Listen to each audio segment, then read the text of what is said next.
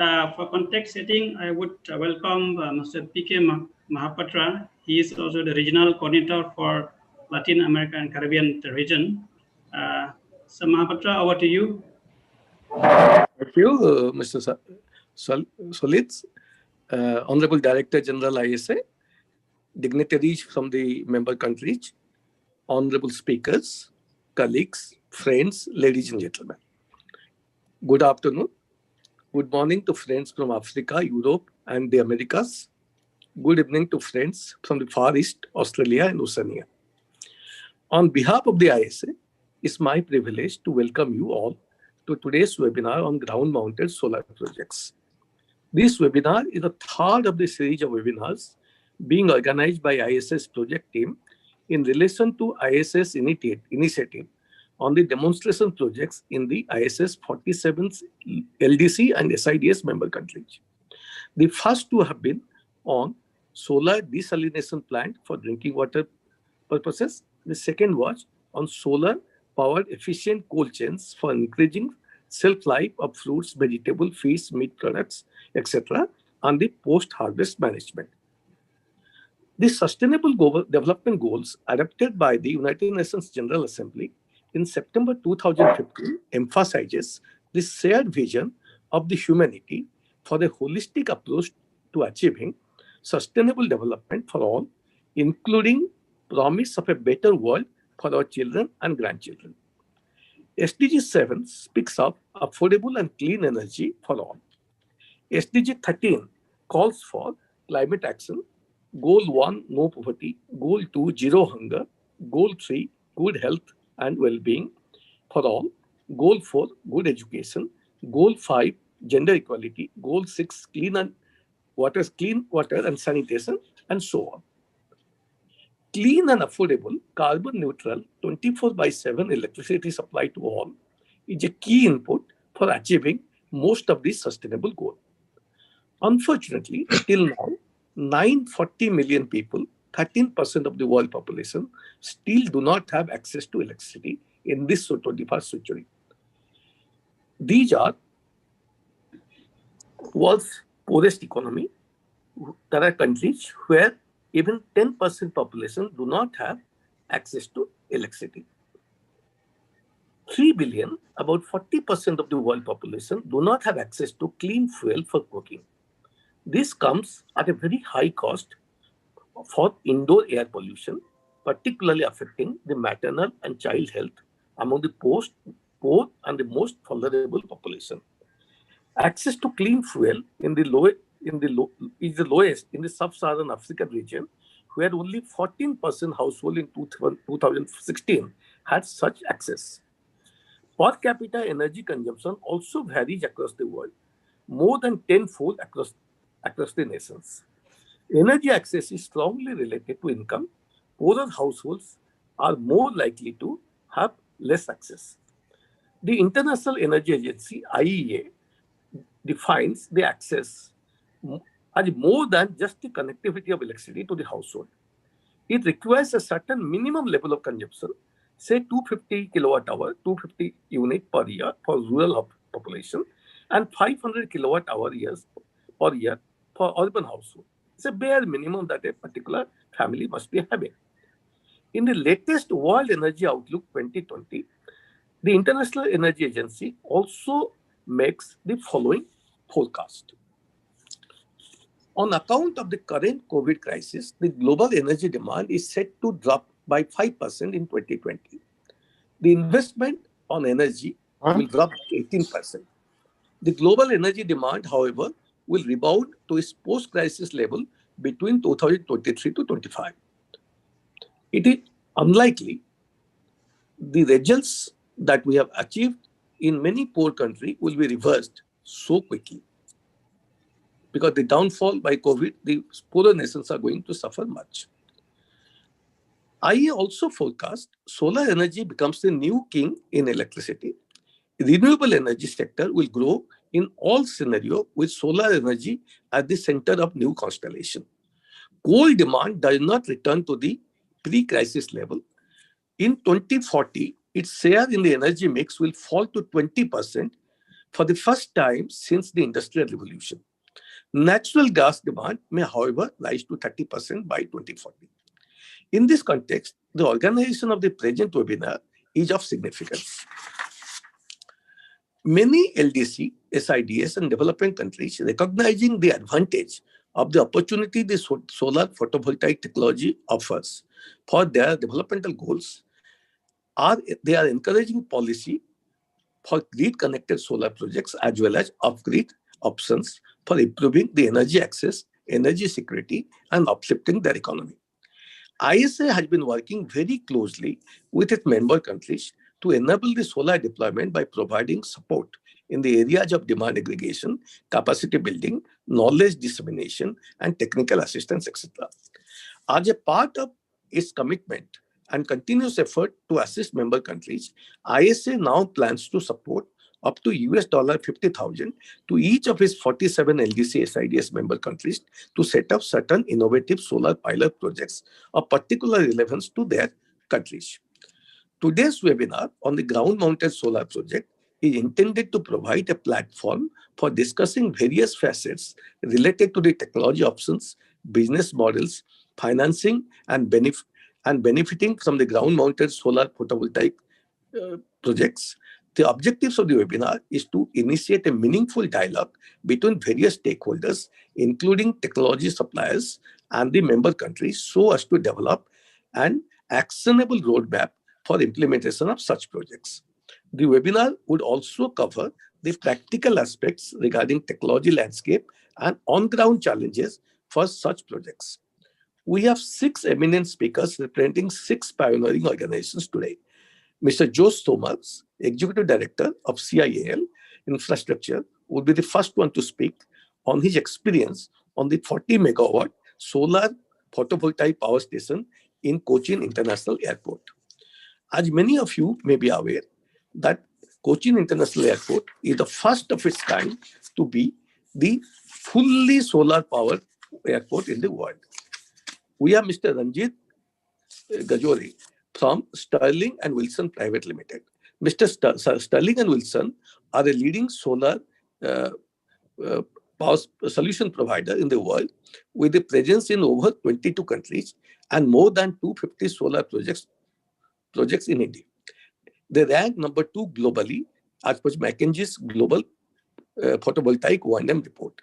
Mr. Prabir Mahanti, Head Engineering from Eden Renewables UK, will be sharing his experiences on developing solar projects in Sub-Saharan Africa. Dr. Kanak Mukhopadhyay from Agni Power and Electronics Limited, who has made leading role in setting up National Center for Energy Research in University of Nigeria, will be the next speaker. FTC Solar Incorporated, a US-based company based at Austin, Texas, will be represented by Mr. Rajesh Bhatt. We will, of course, have NTPC, India's Maharashtra company, a pioneer in the solar sector, represented by Mr. N.M. Gupta, Chief General Manager. We will have country interventions from Bangladesh, Cuba, Fiji, Gambia, Mali, and Niger. Exim Bank's country office in Bangladesh will be represented by Mr. Priyanshu Tiwari. There are many participants all across the globe, national focal points from many countries participating in today's seminar. There is a simultaneous language translation facility, in English, French, and Spanish, total 4 channels. And this webinar is also being available live on YouTube.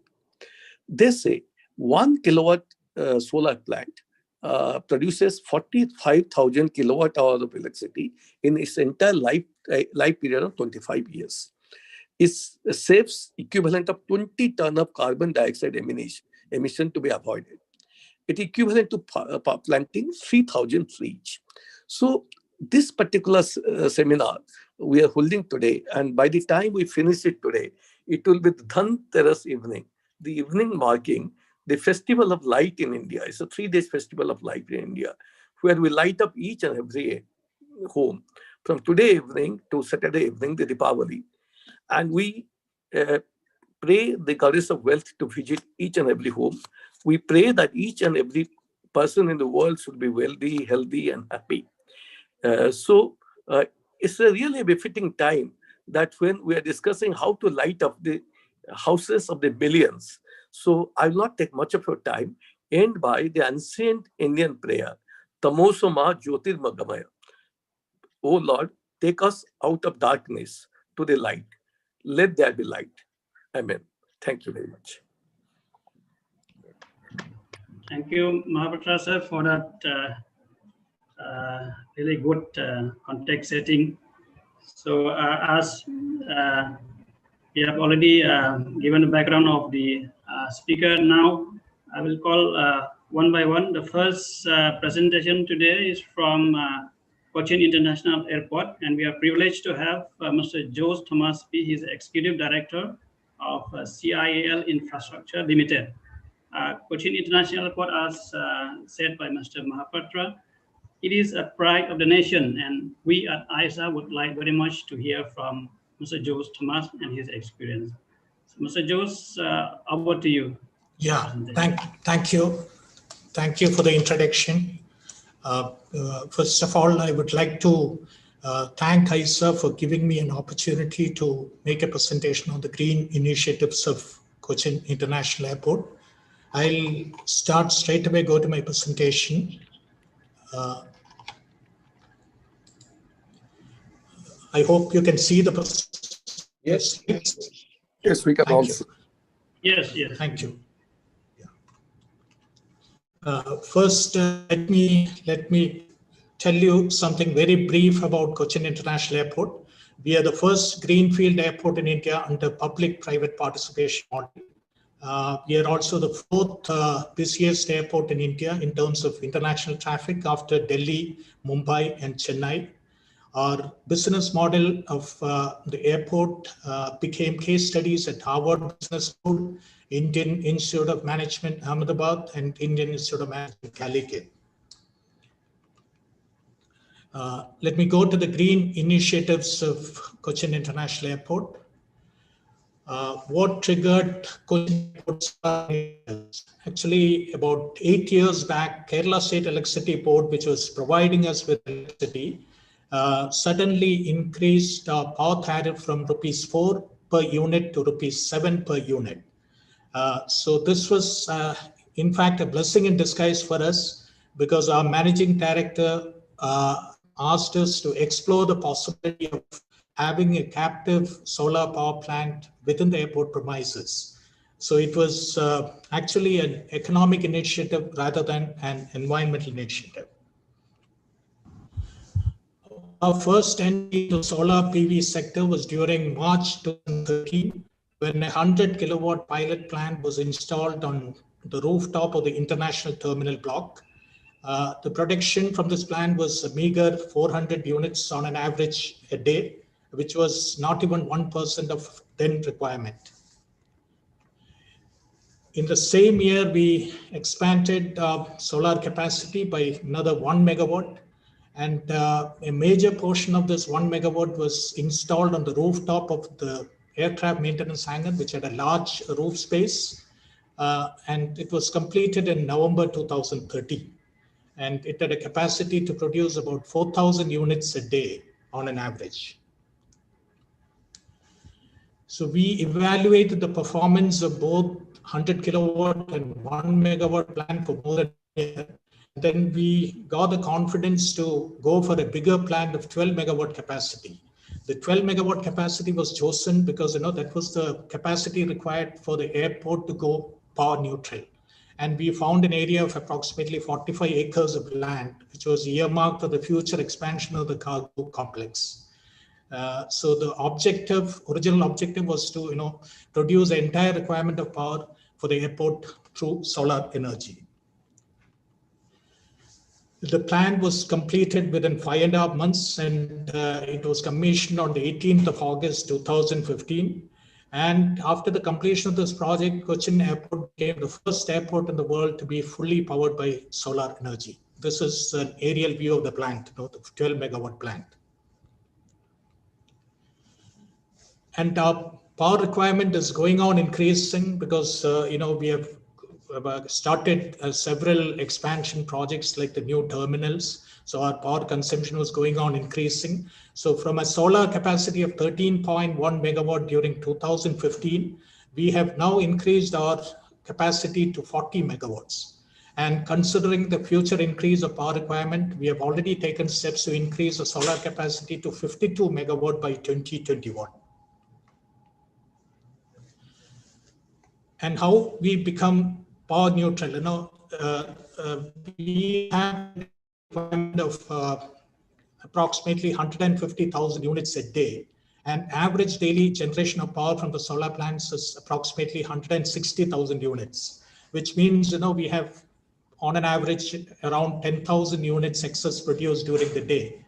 And what we do is, we generate our entire requirement for 24 hours during daytime when solar power is available.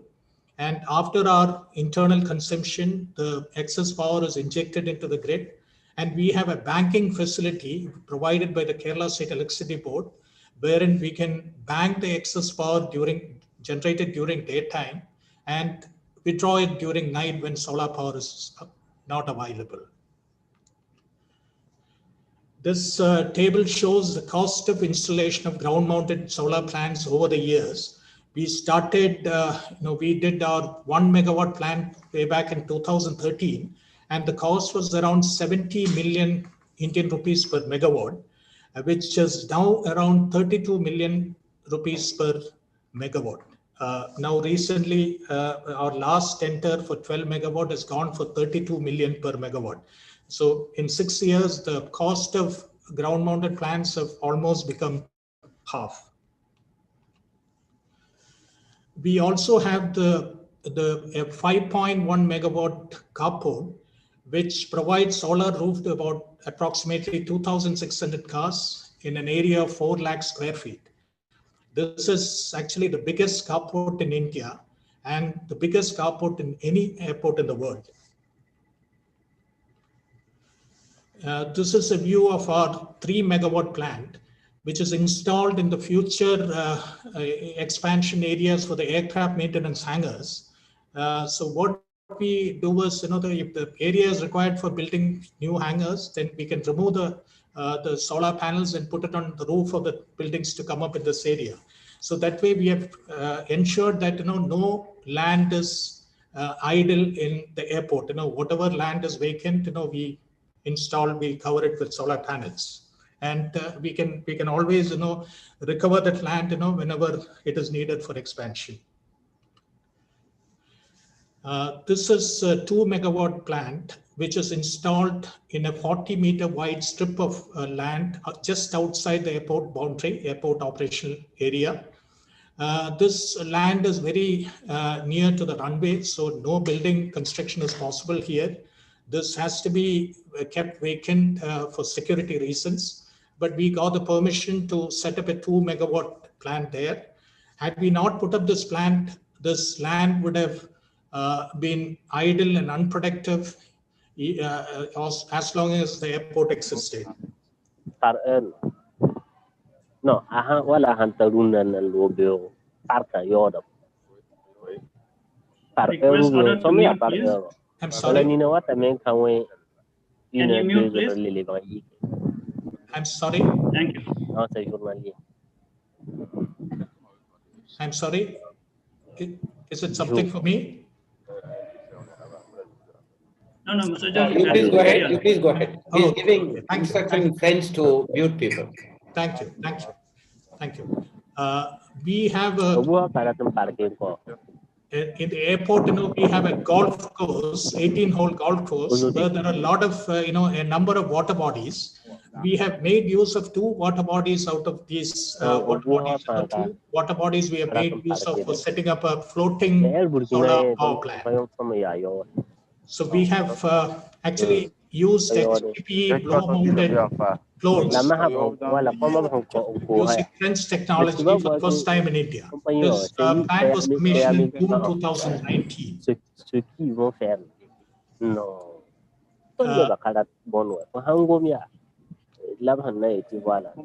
This is sorry, there is some issue, I think. Is the transition overlapping or is there a problem?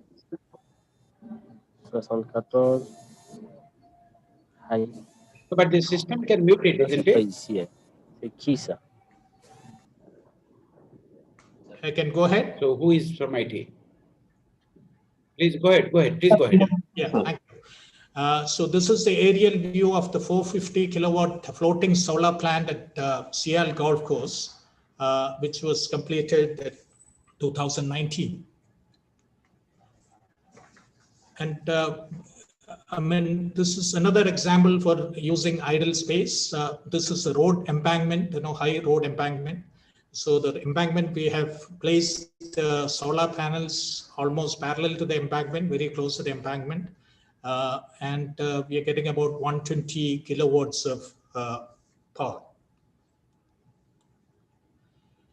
Again, another example for efficient utilization of space.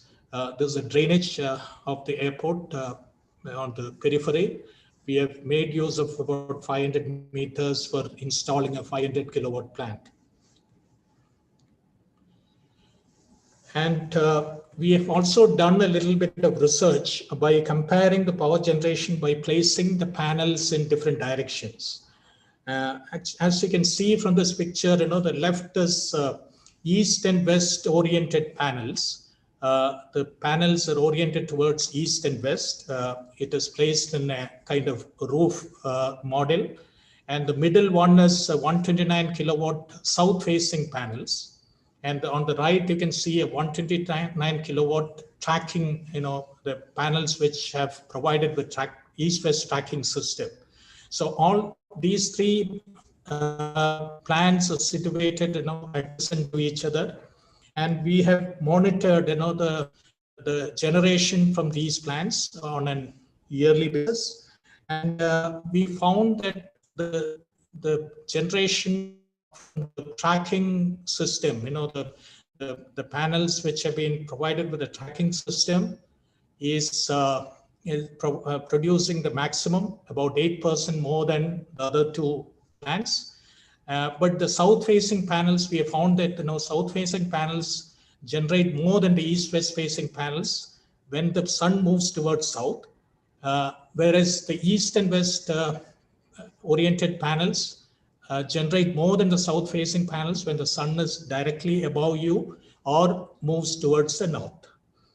So the plants fed trackers, although it generates more than 8% more than the other two plants, we have found that the trackers are breaking down intermittently, and the additional cost incurred for tracking system is not really viable to install a tracking system because the generation increase is not adequate. So the picture above shows the south-facing panels, where you can see the gap between the solar panel arrays. In the bottom picture, you can see the panels placed in the east and west directions. So you can very well see in the photograph, the slide that the south-facing panels require about 3.5 acres per megawatt, whereas the east and west facing solar plants require only about 2.75 acres of land per megawatt. About 20% land can be saved, or in other words, in the same area of land, you can, if you are placing the solar panels in the east and west directions, you can actually increase the capacity by around 20%.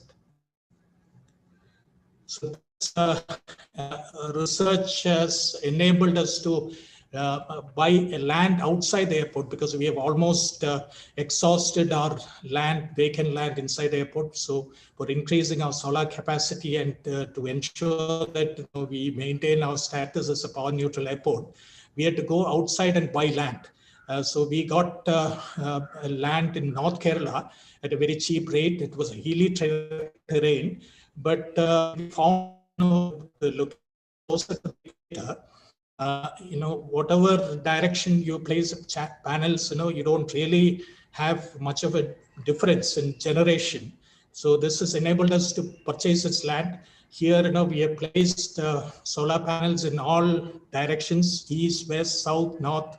I'll show you a small video, about 1 minute video, which will give you a a view of the work in progress.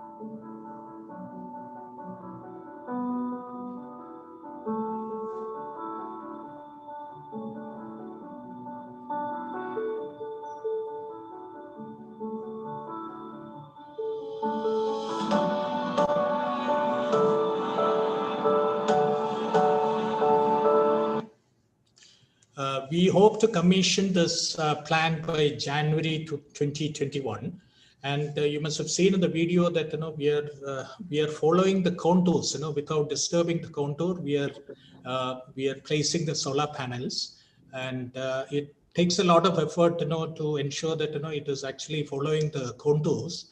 But then we were able to install 12 megawatts in 34 acres of land, which means the per megawatt area required is only about 2.8 acres. And we have also tried out, cultivating vegetables, planting vegetables between the solar panel arrays in the south facing plants, because you have a gap between the solar panel arrays to ensure that the shadow of one panel doesn't fall onto the other. So we have tried out planting creeper kind of vegetables and dwarf varieties of vegetables. Planting vegetables have a lot of advantages, like it cools the panels, enhancing the power generation, and arrest excessive weed growth between the panels. And water used for cleaning the panel can also irrigate the vegetables, and it provides an additional revenue, because it is not that it's not a profitable project, but then we are able to provide employment, regular employment, to about 10 to 15 people every day. That's another big advantage. So this is another view of the vegetable cultivation. I'll also show you a small 1-minute video on the vegetable cultivation.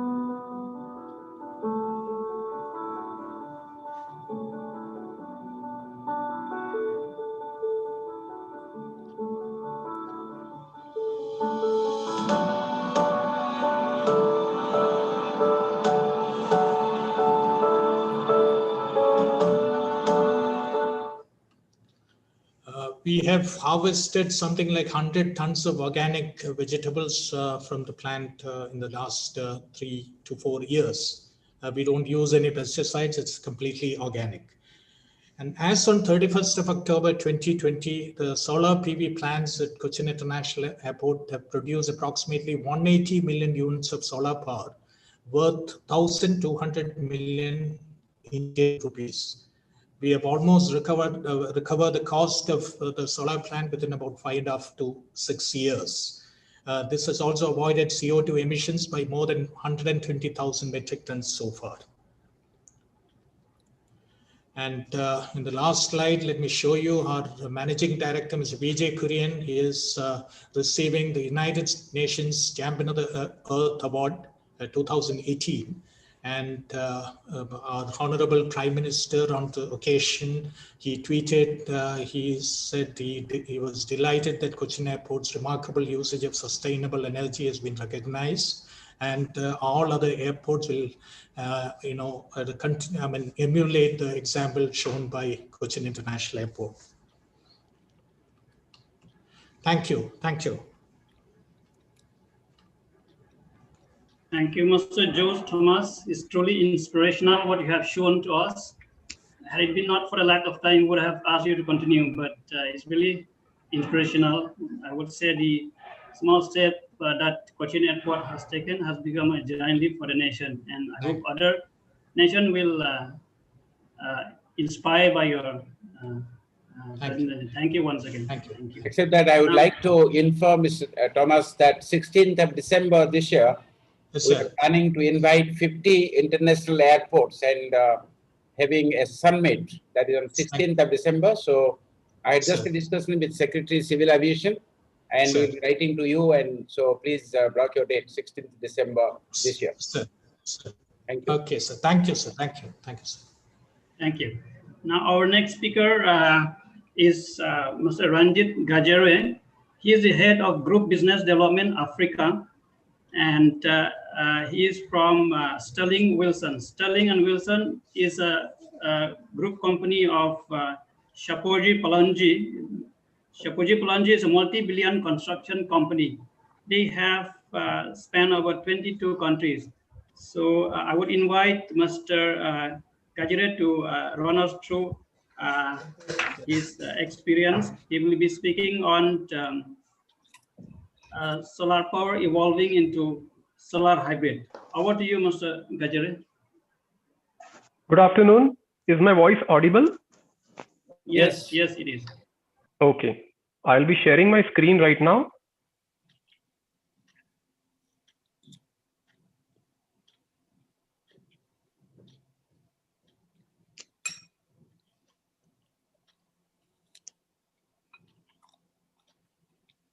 Mr. Shanli, is my screen visible?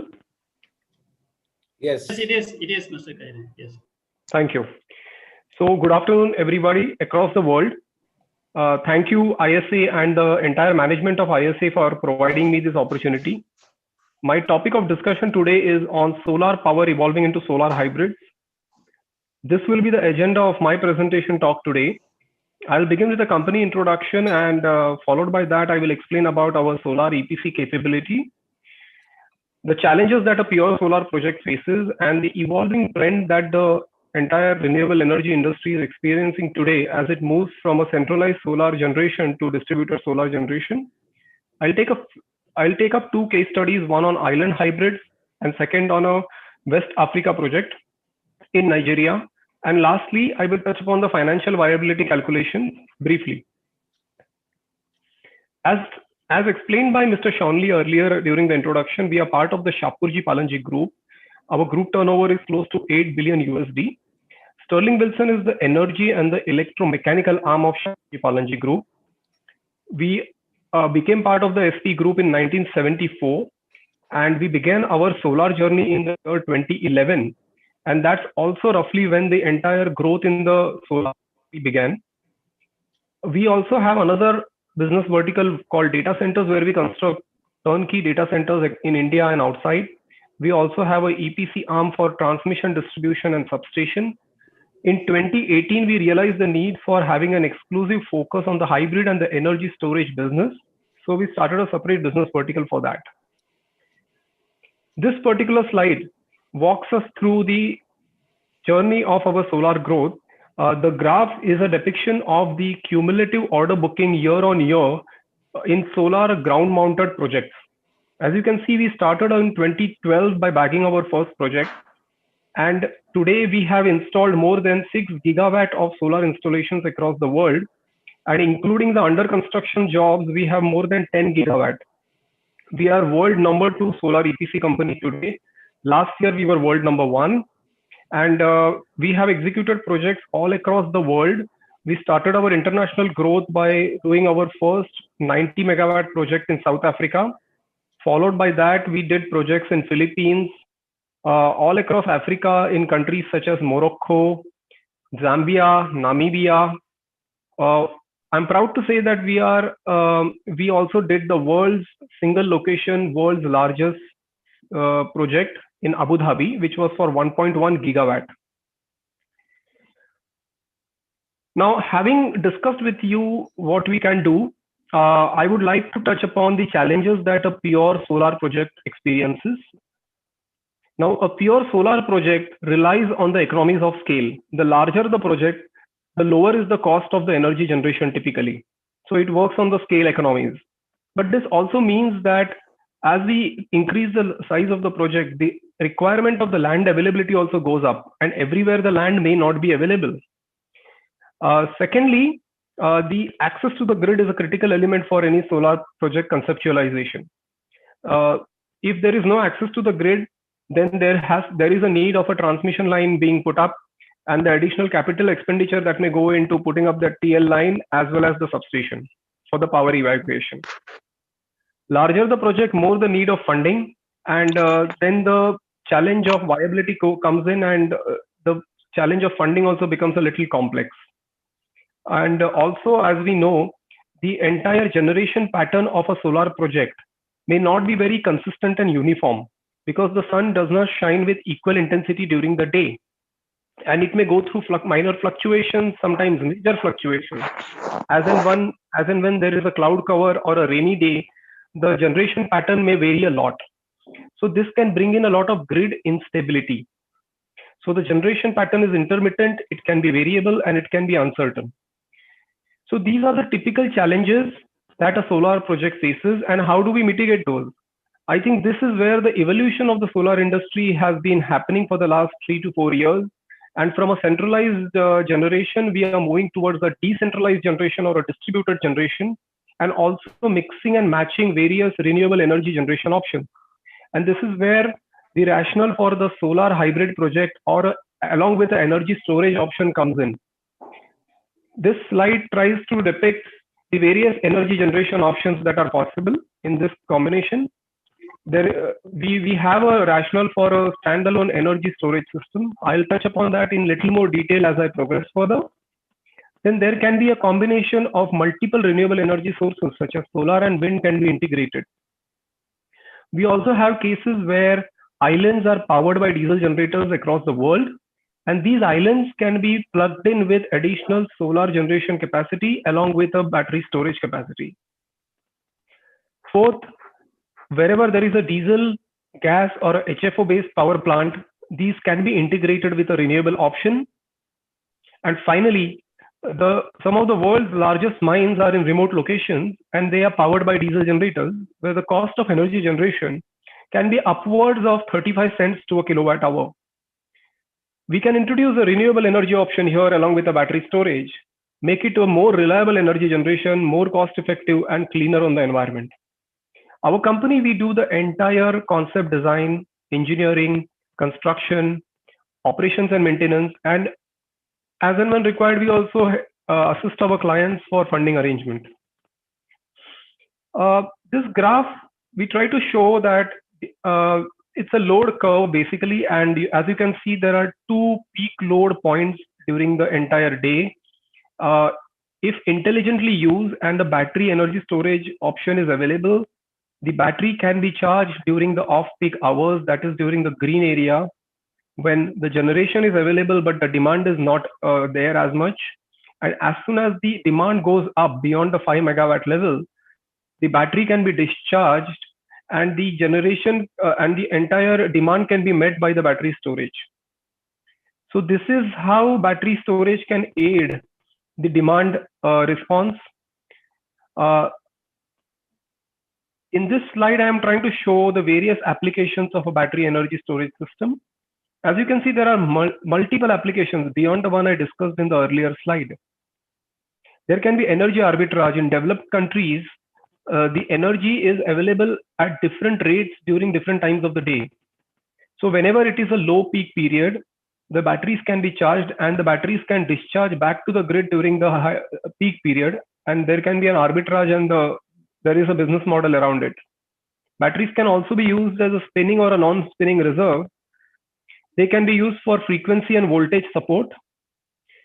Of course, for any requirement of transmission and distribution upgrades where the demand at times is exceeding the capacity of the grid, there can be battery storage option introduced to a limited extent, which can defer the capital expenditure that goes into a transmission and distribution upgrade.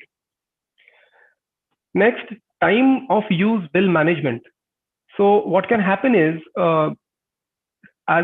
during the different times of the day, as the energy rates vary, a particular residential community or a commercial community can draw power during the low peak period, charge the batteries, and discharge the batteries during the high peak period, and reducing the need for drawing power at higher rates.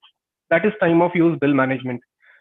And backup power is a well-known phenomenon. We use it at a lot of places in India and across the world.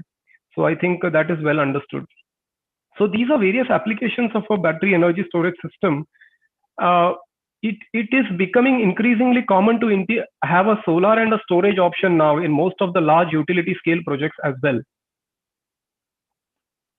I would like to take up a case study, a small case study of an island hybrid, where our company, we looked at an island in the Indian Ocean region, which had 2 diesel generators powering it. First diesel generator was a 600 kilowatt and the second was a 200 kilowatt.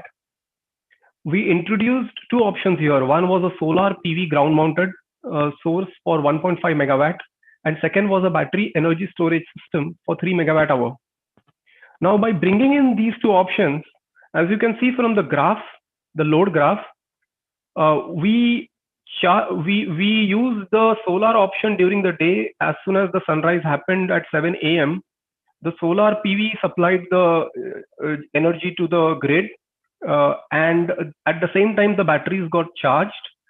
And as soon as the sun set, instead of starting the DGs, we discharged the batteries kicked in, and for the next 4 to 5 hours, the batteries supplied the power to the grid. And it was only after 9 p.m. in the night, on an average, that the DGs started, and they ran till the 6 a.m. So from 100% DGs, the utilization of the DGs dropped down to 40%. So there was a 60% reduction of DG utilization. The batteries store the energy during the low demand period and provide load support during the peak demand. This system worked beautifully, and we are in the process of looking at more such proposals in island countries across the world, including in the Pacific Ocean region. Next, our company, we have done a project in Nigeria under its Energizing Education program.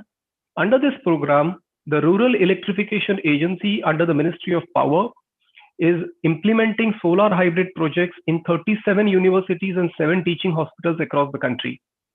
We were awarded projects for 3 different universities across Nigeria where there was no grid, and the entire area worked on diesel generators. We introduced a system which was a combination of solar, DG, and battery energy storage. The solar was 6 megawatt, the DG was a 4 MVA DG, and the storage in totality was 37 megawatt hour. I'm proud to say that this is one of the largest battery installation projects in West Africa. After the project was implemented, the system provided 24-hour reliable, uninterrupted power supply to the 3 universities. It provided energy to 120,000 students, 28,000 staff members, And along with this, we also provide skill training and skill upgradation to the local technicians in the university, such that they can manage and operate the project on their own. It reduced 137 metric tons of carbon footprint, which was equivalent to 3.5 million new trees.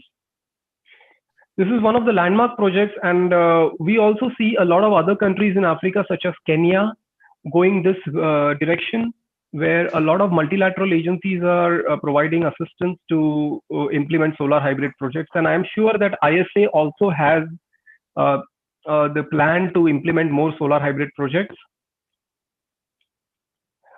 Other applications other than the off-grid locations, the commercial and the industries can also use solar hybrids. So as you can see, cold chain storage facilities, cement factories, mines which are very remote, they all can use solar hybrid options.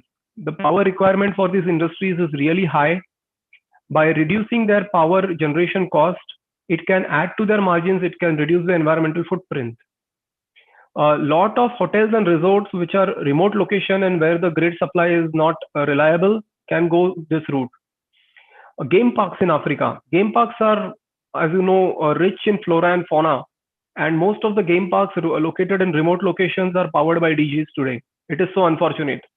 So there are already some examples where in the Masai Mara region and the Serengeti region in Tanzania, solar hybrids have been implemented by one such developer, and I think that's a good case for implementing solar hybrid. Airports, of course, Mr. Thomas discussed about the success of the Cochin airport. Airports can also have solar hybrid systems along with the ground mounted solar, battery energy storage, and a wind turbine can come in, metal processing plants and refineries. So we look forward to more such solar hybrid projects coming across the world, and we are happy to provide any assistance, consulting to any countries who need this support. We will be happy to provide the technical expertise as well as assistance in the funding arrangement under the umbrella of ISA. How do we measure the effectiveness and the viability of such a system? In a pure play solar project, it is a very straightforward measurement. But when you have multiple energy generation sources, we rely on a measurement called levelized cost of energy, where there are three important categories of calculations to be done. The first is the expenditures, where we sum up all the investment expenditure of all the generation sources. Then we add the maintenance on the operating expenditure to that, and also the fuel expenditure, if any, because it could be a combination of renewable and non-renewable. So there can be fuel in such a system. The output is, of course, the sum of all the energy generated, and the factors to take into consideration are the discounting rate of the country in question and the lifespan of the system.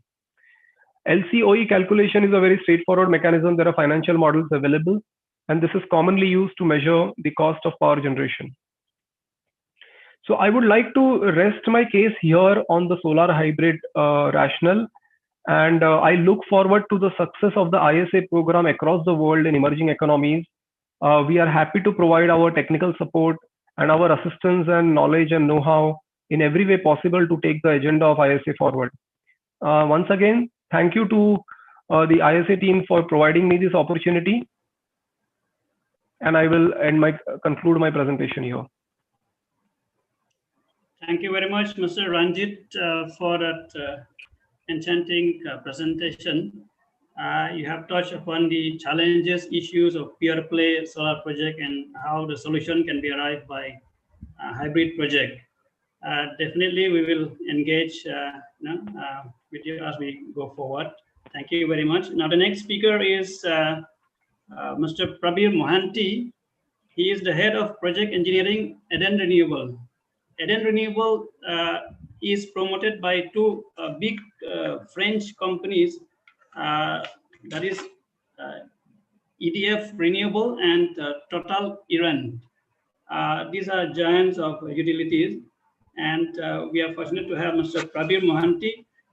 He will be speaking on repowering the community first through RE solar PV. Over to you, Mr. Mohanty.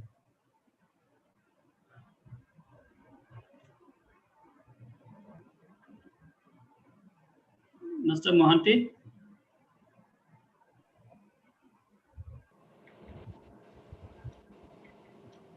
Hello? Yes, to unmute, you have to tell him to unmute. Hello, Mr. Mohanty, you have to unmute yourself. He has unmuted, I can notice it, but his voice is not carrying. Hello? Mr. Prabir Mahanti, can you hear us?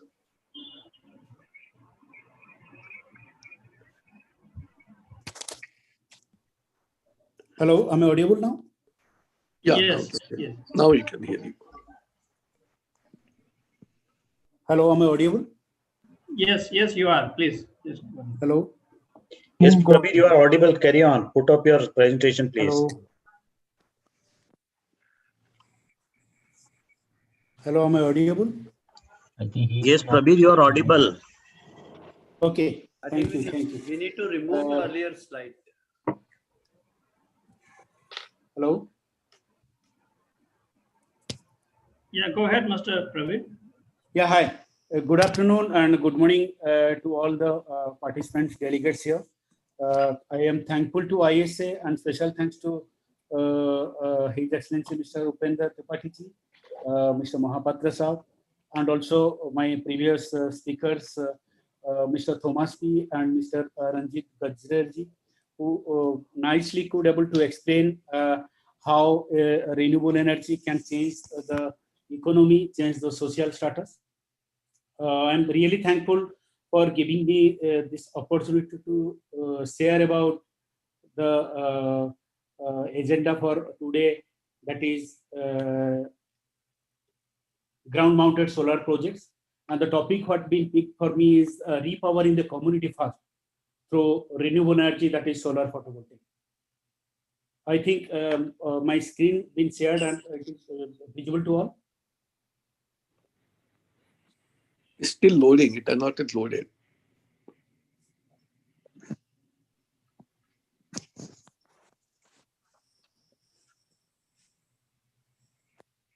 Is it there?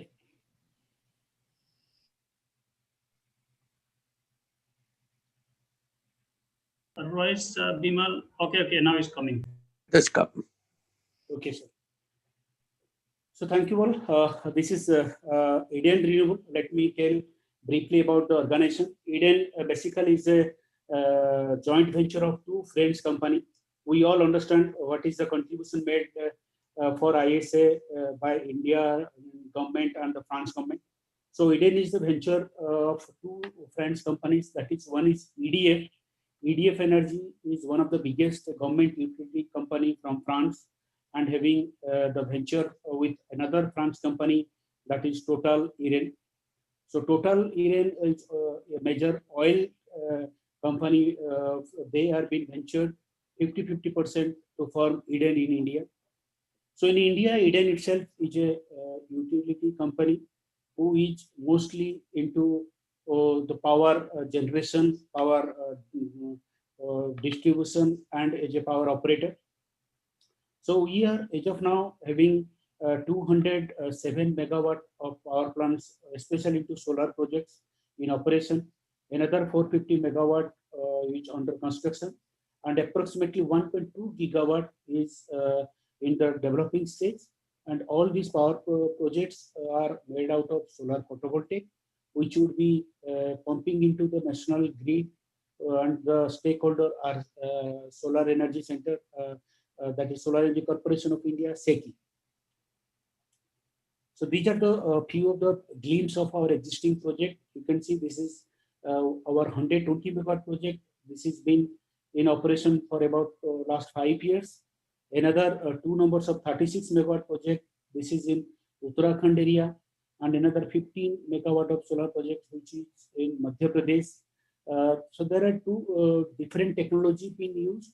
This is of a thin film project, whereas this is basically crystalline module projects. And the other projects, as I told, there is another 450 megawatt is under construction, and another three number of 450 megawatt are going on. Those are for SECI and National Hydropower Corporation Limited. So that is how we have been getting involved to solarize the energy requirement of our country. And with the experience of our international stakeholders, they are basically, as I told, Total Eden. So Total Eden, you can see there are approximately 3 gigawatt of solar plants operation all across the globe. It's basically been funded by oil major group, that is Total. And another group is EDF Renewables. They are present in 20 countries across the globe and having 12 gigawatt of gross installation capacity of renewable energy, basically. So this EDF Renewable, they are into wind energy, they are into solar energy, as well as they are into storage system. So the international exposure by our shareholders is giving us ample opportunity to share the knowledge, the technology state-of-art sharing from across the globe, and to pass on our expertise to rest of the world through this ventureship with the French company. So let us come to the topic, why we should think about the community. Because we all know, without energy, there is no economy, and without climate, there is no environment.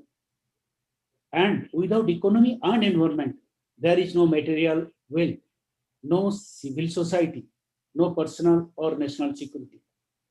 But ironically, the problem is that we've been getting the energy and our economy also in the way that are destroying the climate and that to our environmental need also.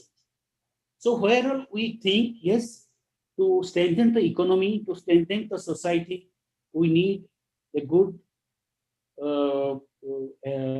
wealth. But to meet all those things, we need energy. And to capture that energy, what all we are edge of last few years doing to spoil the environment. So that is the tragedy with the growth. That is the tragedy with the developing countries, or that is the tragedy with the developed countries. So we all understand, to meet the challenges, we all across the humankind been working to nurture solar energy or any other form of renewable energy. But the tragedy is that wherever we are talking of a growing society, still there are many parts of the country or world, people are not having electricity available for their basic amenities also. They are struggling to get drinking water, good quality drinking water. They are struggling to get their education. They are struggling to spend their time out of 24 hours, what we call a day. In my personal career growth, I've been worked in many countries where people are being striving for having electricity to take up their day-to-day activities. Personally, I can say with my 28 plus of experience to solar energy, I have been seeing the changing of the life of common people. People are staying inside forest area, they are staying in island, and their life starts with the sunrise, and their life ends for the day, the time sun go for a set. What a tragedy. But the time we come across that there is a state-of-art technology which is there to energize the social life of this kind of people with a use of solar system, having a battery backup system, their life has changed. The time when they realize that the time they want to go for a sleeping, they were finding extra extended 3 to 4 hours of lighting arrangement. We can see the kids are going to take up their study.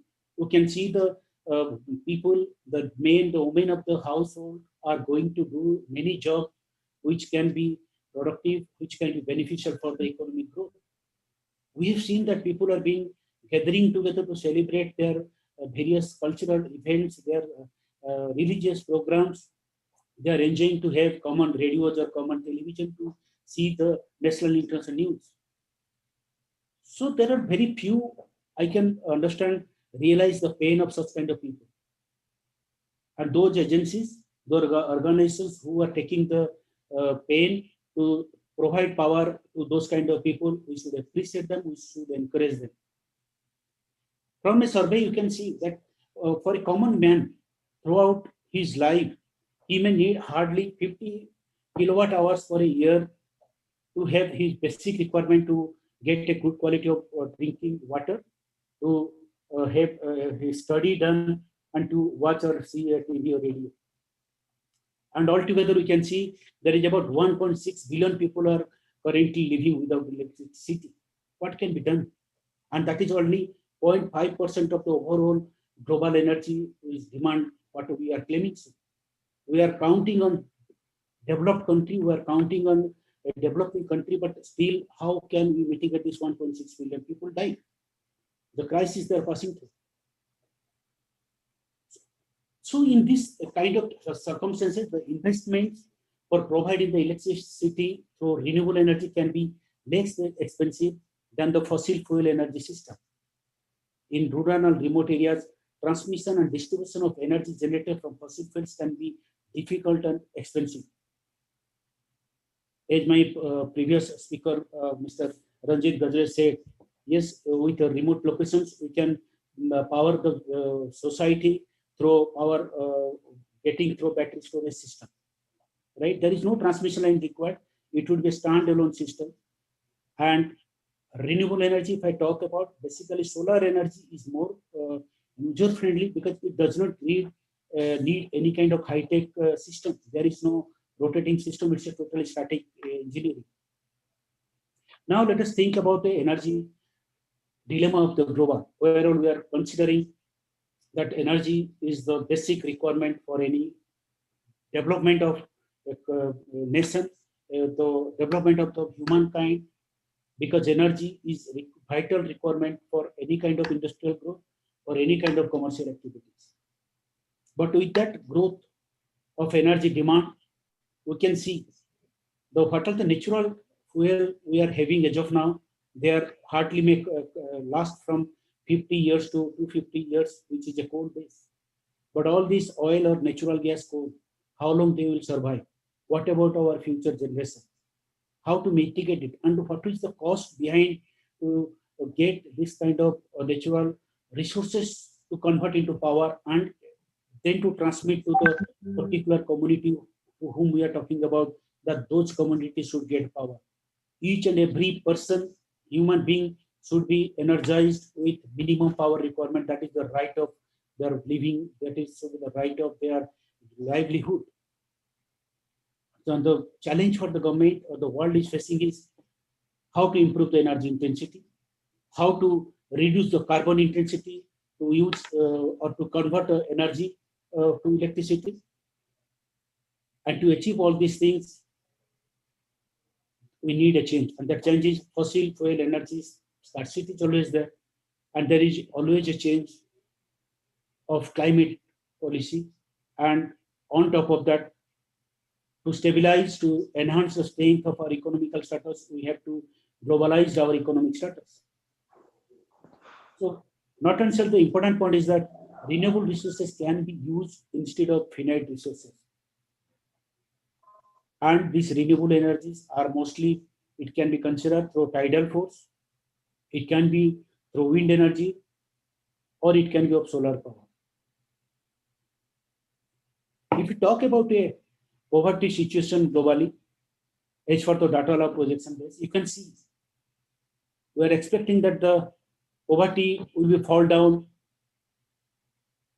from about approximately 550 million to 436 million. And this poverty eradication is not possible unless we get adequate power and adequate electricity to each and every household. Because unless we create industrial growth, unless we make education system, unless we make good transportation system, unless we make good health system, nothing can be possible to improvise the financial status of any of the society. And for all these things, electricity is the basic requirement.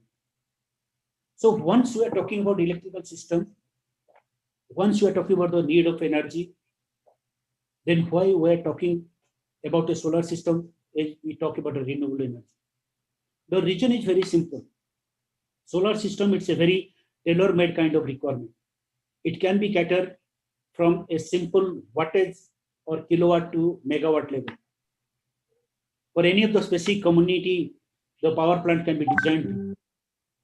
The solar system can be designed to get connected to the existing grid system of the national utility distribution network, or it can be worked as a simply isolated system, as a standalone system, either to simply lighting for a street light system to electrify a village, where the village or the community can take up their all regular activities, including some of their commercial activities as well.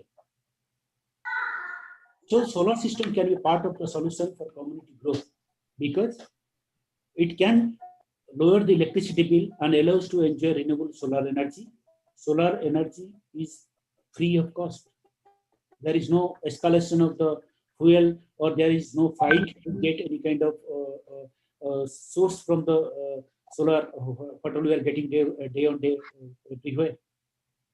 Utility company, if you are going for any community growth, utility company will deduct the energy generated from the system and may charge only for the electricity that is consumed beyond generation units.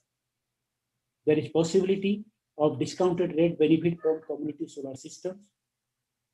The local community or villages that allow the villagers to be owners and managers of the system and its many benefits. Provide a quality solar PV system that delivers solar optimization and maximize the ROI while adhering to rigorous engineering specifications. Low-income households go directly to local solar providers rather than to large utilities invested in fossil fuels. Existing land belongs to community trust and other non-profit bodies in any of the community or any of the small island or any village. Those land available can be managed to make a solar plant for the benefit of the local community. So what is it mean of community solar solution? So this solution emerged out of an innovative approach to addressing grassroots problem. Right? And as I told, unless we really pick the last person of the row in our society to claim that he is being growing up, we cannot claim that as a human society we are developed, right? So this solution should be there, which should be beneficial for the last person in the row of our society. So this solution emerged out of an innovative approach to addressing grassroots problems. It results in better living standards through impact on education, health, environment, livelihood, generation, women empowerment, communication, and entertainment as well. It is the generation of clean energy electricity without having to install or own a solar PV system on own property. Community solar is great for cities or towns who wish to power buildings such as a school, town hall, police station, community centers, or other facilities. And also beneficial to individual homeowners, renters, or business who wish to offset their existing electric bill with solar energy. This followed a community-driven approach, designing systems keeping product aspiration in mind and ensuring long-term economic and environmental sustainability.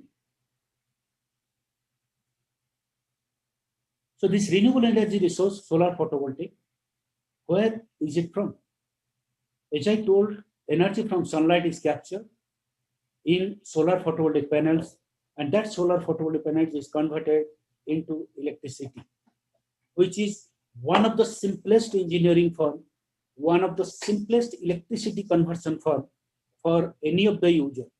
There is no more technical part involved for maintenance of this electricity, this solar photovoltaic electric system. The advantages are, it is potentially infinite energy supply without any fuel availability threat. Single dwellings can have own electric supply as well as good for community electric supply. The solar system can be catered, can be designed as of the requirement. It can be worked out as an individual user. Every household can be itself is a power generator. Can you imagine if the time once every household becomes a power hub, how the community will change, how the world will change. And also this solar system is a minimum maintenance and the upkeep cost is very low. Of course, Every technology having some of their disadvantages, but those disadvantages can be normalized, can be simplified with the uses, with the multiplication of requirement on enhancements of the capacity. So that is what the demand of the time. Basically, any community who wants to get into a renewable energy like solar system, the initial disadvantages might be that manufacturer and implementation of solar panels initially can be costly. Energy is only supplied during the daytime and intermittent in nature. Energy can be stored, but this is expensive. So we all know that solar is available during the sunshine hours from the early morning till the evening, early evening only.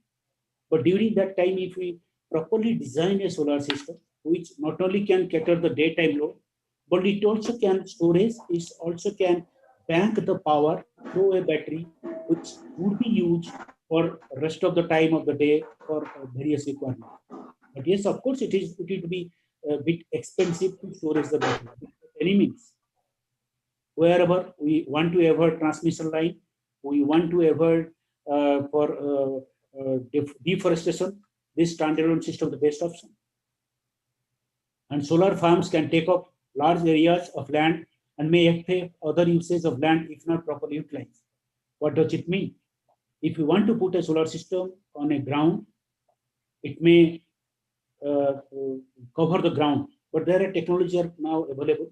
We can get elevated structures where on the top solar system can be utilized to generate the power, and the original ground surface can be used for your normal agriculture purpose. We can work out some farmhouses there. We can work out to keep our cattle there to use our other commercial activities. And now you can say there are many villages, many locations where water bodies, ponds, lakes are available. So we can work out floating solar, or there also we can work out elevated solar, where on top it is electricity, on the bottom you can go for fisheries, you can go for other commercial activities as are aquatic in nature. So that is how there are many systems in the solar applications which can be useful for powering common men's, common communities requirement.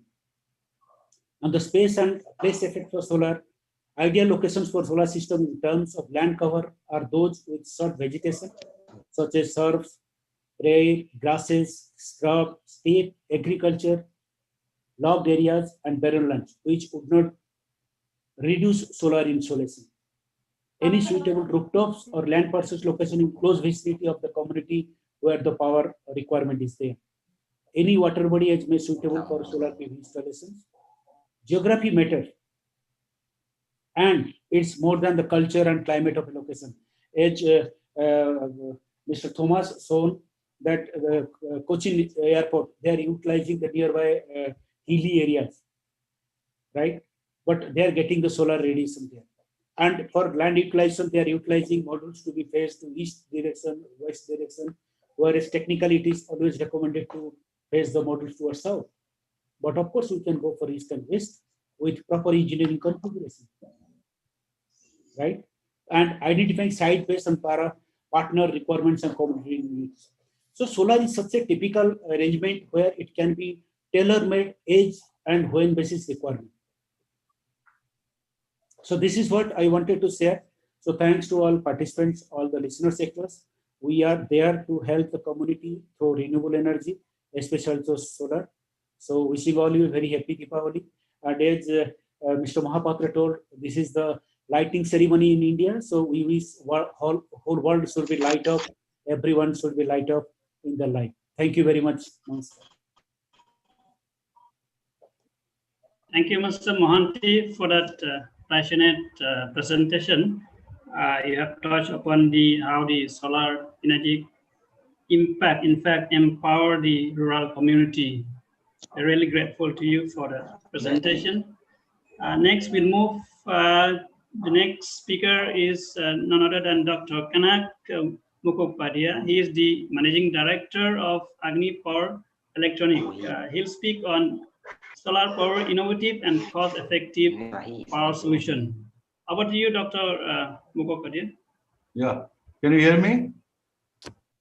Can you Yes, hear we me? can Yes, hear. yes, we can. We can hear. Yes, Yes.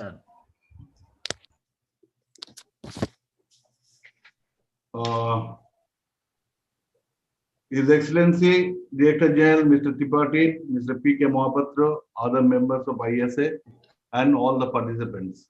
Good afternoon or good morning, as it may be. I'm really thankful to ISA for giving me this opportunity to share my experience of working with the systems since 1976. As a background, I did my PhD in 1980. At that time, we did the first solar power plant of India in a village in Kalani in West Bengal.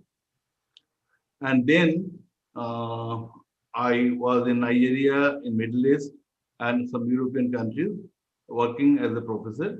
And then I came back in 1990 to Calcutta. And then I joined Jadavpur University and developed the solar lantern under ministry project. Then in 1995,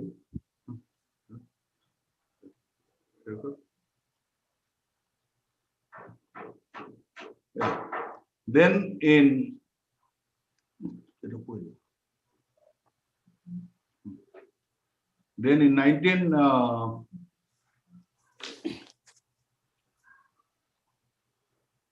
in 1995, I started this company, Ogni Power and Electrics Private Limited, to work on the system which I feel is the need for these least developed countries and small island developing states. So this is my company, as I was mentioning, and we are we have a lot of experience in working in this field, and we are basically done more than 8,000 projects across the country, and we have an efficient workforce of 90. We are the channel partners, etc.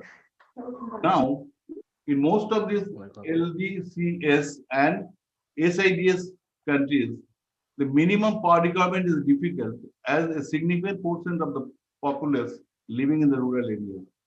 Absence of reliable grid system, presence of inadequate, unreliable, unaffordable electricity generation using genset, etc., and use of solar PV systems happen in unplanned and haphazard manner if there is any. So let me tell you just what is our experience in working in this. And in 1996, when we started this work in India, that time the condition of Indian electricity was not like this. There's a lot of villages were there where there was no electricity. Then the ministry took up some projects for introducing the solar energy solution to these villages. And one of those there, a simple, this load is the village, this load is the village, and there the load is the village, the load is the village, and there's a solar system and 2 battery bank. We used to power them 4 to 5 hours per day. Next, if there is any village, there's a grid. We are using only it for taking power for charging the batteries or connecting the load and using the solar PV array also. And third option was there that if there is a genset, utility grid, then both we are using and with a hybrid controller. So my point is that in most of the villages, if in this countries under mentioned, that even if there is a need for this, and even there are some solar array that is unplanned, if there is a genset is using that is not properly designed, if there is a utility grid that is not very reliable. So what is the solution for it? The solution is that which Mr. Ranjit has given a details about the hybrid system. In the hybrid system, you have this, you have to combine solar, genset and the utility in such a way that it can give you a very complete solution. How to do that? That here in this system, there is a power station which controls the power from the gensets. There is a solar which is also charging a battery, and this power through this power conditioner, it is also converting into AC and giving power to the load, to the local power, local power and lighting. All these are connected, and all these are intelligently controlled by the station control module. We have also option of you can make this renewable energy from here at the other end, where you can make and you can export this to this local grid, and then you can give power. You have option 2 also, where you can directly give it to the village grid in 404 volt distribution line, and third option is that you can give it to the transformer and from to run this load. Thing is that all these requirement is that what is the important of it? That even now today, suppose there is only one generator. Next day another generator is required, you can add it up. You can go up to the required limit into this. You can increase this power of the solar. Similarly, you can use all these options as and when required. So by this way, this mini hybrid gives you a lot of benefits like this. It costs energy cost considerably. It gives you 24-hour grid power. It's a silent power. It's fully automatic. You don't have to do anything. All these power conditioning units are being looking after your need. Can be installed in a cluster basis with a number of villages, school, health center in one system. It reduces maintenance, lower fuel cost, automatic diesel load management, remote access via communication system, effective demand side management and demand side response, reduce power outages, increase reliability, efficiency and safety of the grid, reduce carbon footprint and minimize fossil fuel consumption, provide better autonomy to customer to manage their electricity. In the process, what will happen after some time, you can phase out your diesel power station requirement, reduce the need for grid extension, industrial UPS will convert to solar power system, cities and rural feeders can be supported and strengthened, and energy security can be improved. Now, sir, I'll give you, this one is a system which we have installed in 4 islands. One is in Bombay High, one is in Lakshadweep, and 2 are in Andaman. All these power stations are unmanned, and here the power is being used to power the radar system used by the Coastal Guard. Here we have, in each system, we have a 75 kilowatt solar power plant. We have a battery bank of 240 volt, 300 Ah capacity. We have 2 DG sets, and we have this power conditioning unit. Here, as it's unmanned, and this radar load requirement is 24/7, so we have to make it fully automatic. So we have developed a system in which depend first this system inverters, intelligent power conditioning unit, they look after the requirement of power by radar, and they use this solar part. In case if there is a need, they call this DG, and DG is used in such a way that a part of it is charging the battery, so that the effective load on DG is 80%, so efficiency is increasing. So these 4 power plants are running for the last 6 years, and being seeing a success, the water security, this Coast Guard are now implementing another 20 more numbers of this power plant. All these systems were indigenously developed by us in our factory in collaboration with Optimal Power System, Australia, and we are doing a lot of power projects like this. Our partner, technical collaborator partner is Optimal Power Solution of Australia, with whom we are doing indigenously a lot of this type of system and supplying it to, exporting it to different countries like Japan, Indonesia, Malaysia, Sierra Leone, South Africa, and so on. So, sir, it is not done by us, but it's done by our partner Optimal Solutions in Indonesian 3 megawatt power plant, and inverter manufactured and supplied by us in Calcutta. This is also another example, 300 kilowatt peak. This is not done by us, this is done by Optimal Solution in US for US Navy, where 100 kilowatt peak hybrid inverters are used, 100 kilowatt PV, 100 and 240 volt 8 ampere battery bank, and 3 into 50 kilowatt diesel generator. This is also Indonesian island. This is in Mizoram University. It was since 2012. These power plants are running and powering 7 such power plants of 100 kilowatt peak each are powering this power station, and they are using a hybrid system of diesel and solar. This is this battery bank. These are the electronic systems developed by us, and 7 such 100 kilowatt systems are being used there. Next, sir, this land utilization.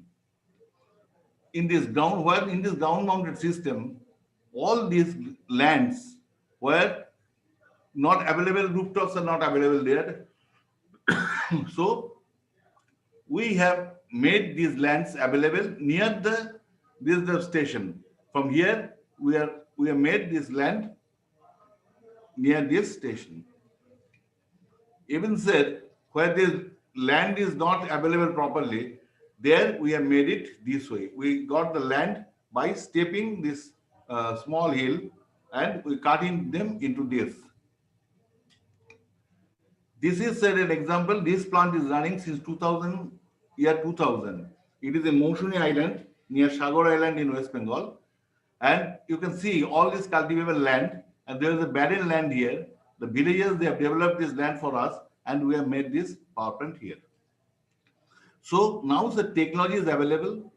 Hybrid system, Mr. Ranjit from Sterling and Wilson has given elaborate presentation on what this hybrid system can do. But my point is that in this, or the success story of Cochin Airport, that solar can do everything now. It can power anything. But thing is that where you are doing it, for what purposes, here we have to consider it for this today's purpose. It is for this least developed countries and small island developing states. So there you do not need such a huge system. The system now can be manufactured, it can be supplied, but there are challenges. So what is the challenge? Technology is established, systems are tested, reliable and extremely suitable for application in these areas. Our major challenges are inside operation and maintenance of this system. I have money, I have supplied, we have sent it there, but now it is our experience, we have seen that until unless you design a methodology for running these power plants, it's impossible, and after a few years, whole systems will be a junk. But to our credit, we developed a system in 1996, starting from Sagar Island, where we have involved the local administration and beneficiaries from the very first day. So by forming a local cooperative, and they are looking after the daily operation and maintenance of the plant. Now, second thing is that before we identify a place where this power plant will be made, there the land selection and land development are most important, and it should be taken care by the local authorities to offer an incumbrance-free, level shadow-free land to the EPC contractor. In this process, it will avoid time wastage, and if there is a legal hassle, that should be taken care by the local people. Without this involvement of the local people, it's my experience of so long experience that no things, whichever technology we use, without the involvement of the local people, it is not possible to run the show. So that's why whoever may be doing this, the EPC contractor must train 2 or 3 technicians deputed by the cooperative to take adequate training from EPC contractor. Though this plant is completely, nowadays it is completely automatic, but there are certain things like cleaning of modules or if there is a fault developed, or this local grid, looking after the local grid lines are utmost important, and that should be done by this local cooperative. So this cooperative is a movement, and it should be coupled with these power plants. Otherwise, these type of power plants cannot run properly, because it's not a very big system like Cochin Airport or Nigerian universities. If you do it in isolated villages and in small towns and the city, there the local people must be involved. This is my personal experience. So, sir, I like to show you this slide. It is 2099 to 2000 time slide.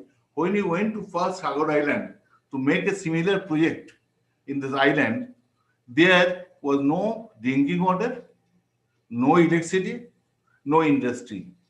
So by doing this, what we have done in this power plant, we have made a tube well, a pump, and through this pump powering by the solar power plant, where water is getting distributed.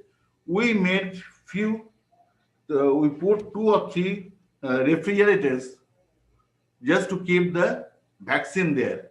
Because Sundarban is very much snakes are there. Snake biting is a very common phenomenon there. And by this way, many people are saved. Similarly, instead of this one of these places, you can make a cold chain using the power from the solar power plant. Villages, those who are using this kerosene lantern, they are using the solar power lights, and they are starting. Even, sir, you see, there are some Xerox machine are working. Then this mobile repairing shop, battery charging centers, all are coming. So I am very hopeful with my experience and all that if this plants, technology is now, sir, again I'm telling you, most reliable technology is available in the world. If it is properly done, involving the local people, there is a huge success of this project to be undertaken by ISA. Thank you, sir.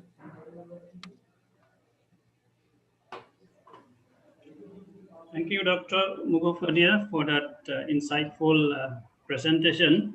You have touched upon the different feasible models. Also, you have agreed with the earlier speaker about the solution of hybrid solar, and you have touched upon the challenges of mini grids. But I have no doubt if you have installed in Mizoram, then you can install in anywhere in the world. So thank you very much for your Yes, sir. We have our team. We can work anywhere. That I'm sure. We can work anywhere in the world where there we should get drinking water and this type of facilities. We can do. Because we have done in Lakshadweep where there is nobody. Even in this island, you cannot see a person. There we have done. Okay, not from today. We'll discuss more in the question answer session, sir. We'll move on to the next speaker, sir.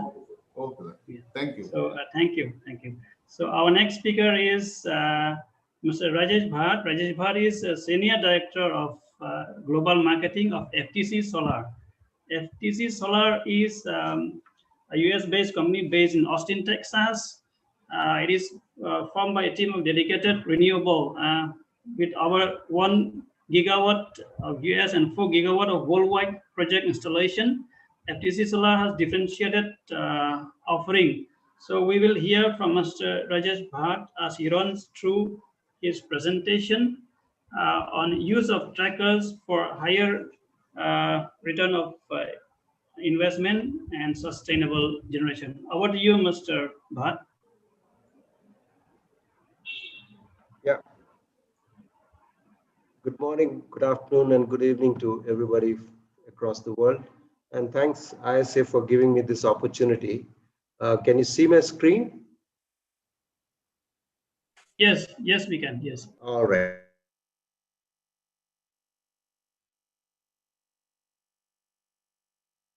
Report, Sterling Wilson, and Mr. Mohanty and Mr. Kanak Mukherjee. So, interestingly, everybody has touched upon on various aspects of how to power up large ground mount projects and how to look at small ground mount projects. And in both the aspects, of course, the structures play a reasonably important role. And I'll touch upon a few aspects where I think as we go forward, the energy generation and return on investment will be a critical and important factor.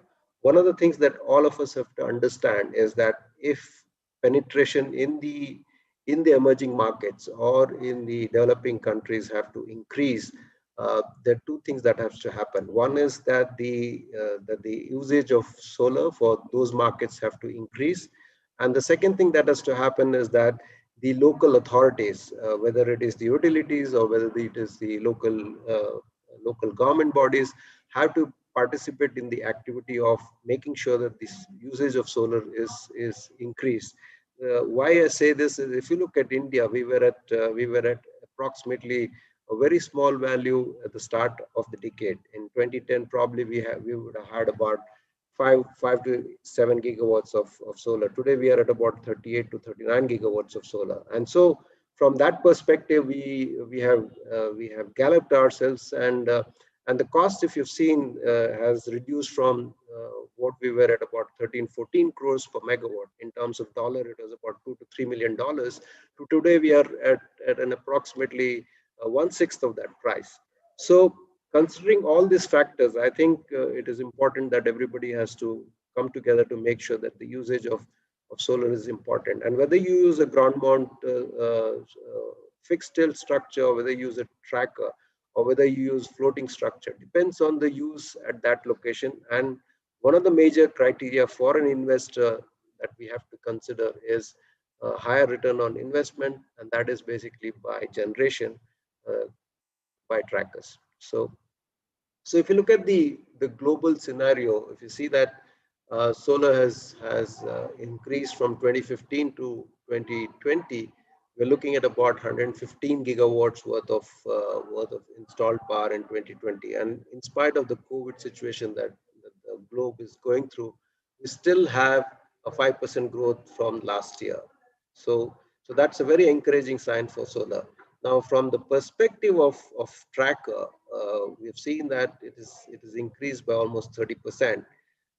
One of the reasons lots of developed world has changed itself to use of tracker is they focus more attention on return on investment and higher generation.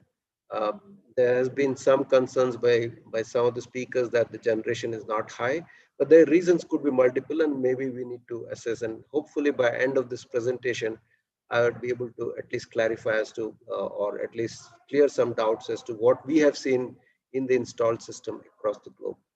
If I'm speaking too fast, please stop me. Otherwise, and I would like to go at this speed because we are short on time. So what are the challenges that you see either for a grid connect or a large hybrid projects, right? Our intent is to make sure that we use trackers to increase our generation by 15 to 20%, or have higher energy utilization in the hybrid project where we use storage. So what are the challenges today that we see from the market perspective when you use large grid connect projects or a hybrid project? Is that grid utilization? Hello? Yeah. Hello? Yeah. So grid utilization is a challenge. And so what do you mean? What I mean by grid utilization? Let's say you have a solar park of 1 gigawatt or built next to a substation. You are probably utilizing only about 20% of that, or 20-25% of the grid, and that also during the daytime. So technically what happens is that since the utilization factor is not great, entities think that, how do we make sure that we are able to use the entire infrastructure from a total cost perspective. The second aspect is that you always have this curve, which is talking of supply and demand, which with the previous speakers, that Sterling Wilson spoke about. The third thing that the challenge is you have fluctuations on load, like process industries and mines and extra. Last one is on the island power, which Kanak Dada already touched upon. So what are the options that we could look at? We could probably look at use of tracker. We need to understand what is the supply demand gap. and probably use tracker and storage. Now, the impact of all this is higher capex, higher ROI, and lower cost of energy, levelized cost of energy, greater utilization of grid, hence larger penetration of solar. So if you look at this curve here, you see that the solar curve is normally like this, and what we need to achieve is the load curve that you see here. Maybe during the day it is high, and during the other times it's slow. So our intent should be to achieve this. And so how do we use this excess power, or how do we flatten this curve? These are the two things that we need to look at as we go forward. So we could use technology like tracker, and I'm not going to debate about the various options that you have in tracker. It could depend from technologies to technology. But what I will try and address is what are the things that is happening across the globe to enhance the generation from a tracker technology. So if you look at tracker, what happens is that you have a controller unit which looks at the sun and actually moves the tracker across to make sure that it faces the sun in true sense all throughout the day. And so it has got a flood sensor, it's got a wind sensor, it's got a snow sensor, and also it has got sensors to measure all the other parameters to make sure it's able to track. And at the end of the day and during the night, it stores itself. So the tracker controller, what it does is it positions the module as best as possible, perpendicular to the sun generation. And what we have realized is that by using different technologies, you can achieve as high as 15 to 25% generation. What is also possible is that now, about 5 to 8 years back, the tracker market of the global market was only about 10%. It has increased to 30% now, and depending on what technologies you use at which location, tracker is getting a higher penetration in the world. So what is the other thing that happens? If you look at the land, you always find that there is the undulation in the land, right? And depending on what inclination you're at, the sun ray creates a shadow during the evening or during the morning on the panels. And by virtue of this, what is happening is you have inter-row shadows, and you also have lost energy. Now, there are software that are being developed which actually tracks this and make sure that the inter-row shadow is avoided. By avoiding this inter-row shadow, you're able to increase generation. The second thing that happens is that you are also got diffused light. So when you have diffused light, what happens is that the generation that is coming from diffused light is not captured on a fixed tilt. So you could, or if there are no algorithms to read it, so use technology to make sure that you're able to also capture diffuse light. So a couple of things that has happened from a technology perspective. One is that you're using a tracker which is able to track on a terrain which is not even. On an uneven terrain, you're able to capture larger energy. Second thing, on a diffused light, you're able to also capture the energy. And so if you look at this curve, normally it should have been in this fashion like I showed in the previous slide. It's now got more flatter, and this is how the curve looks like on a typical day. And then you also have a gain in energy. The gain in energy could be probably by about 6%, depending on which part of the world you are. So the second thing that we talked about is, of course, about the use of storage, and previous speakers have already spoken about it.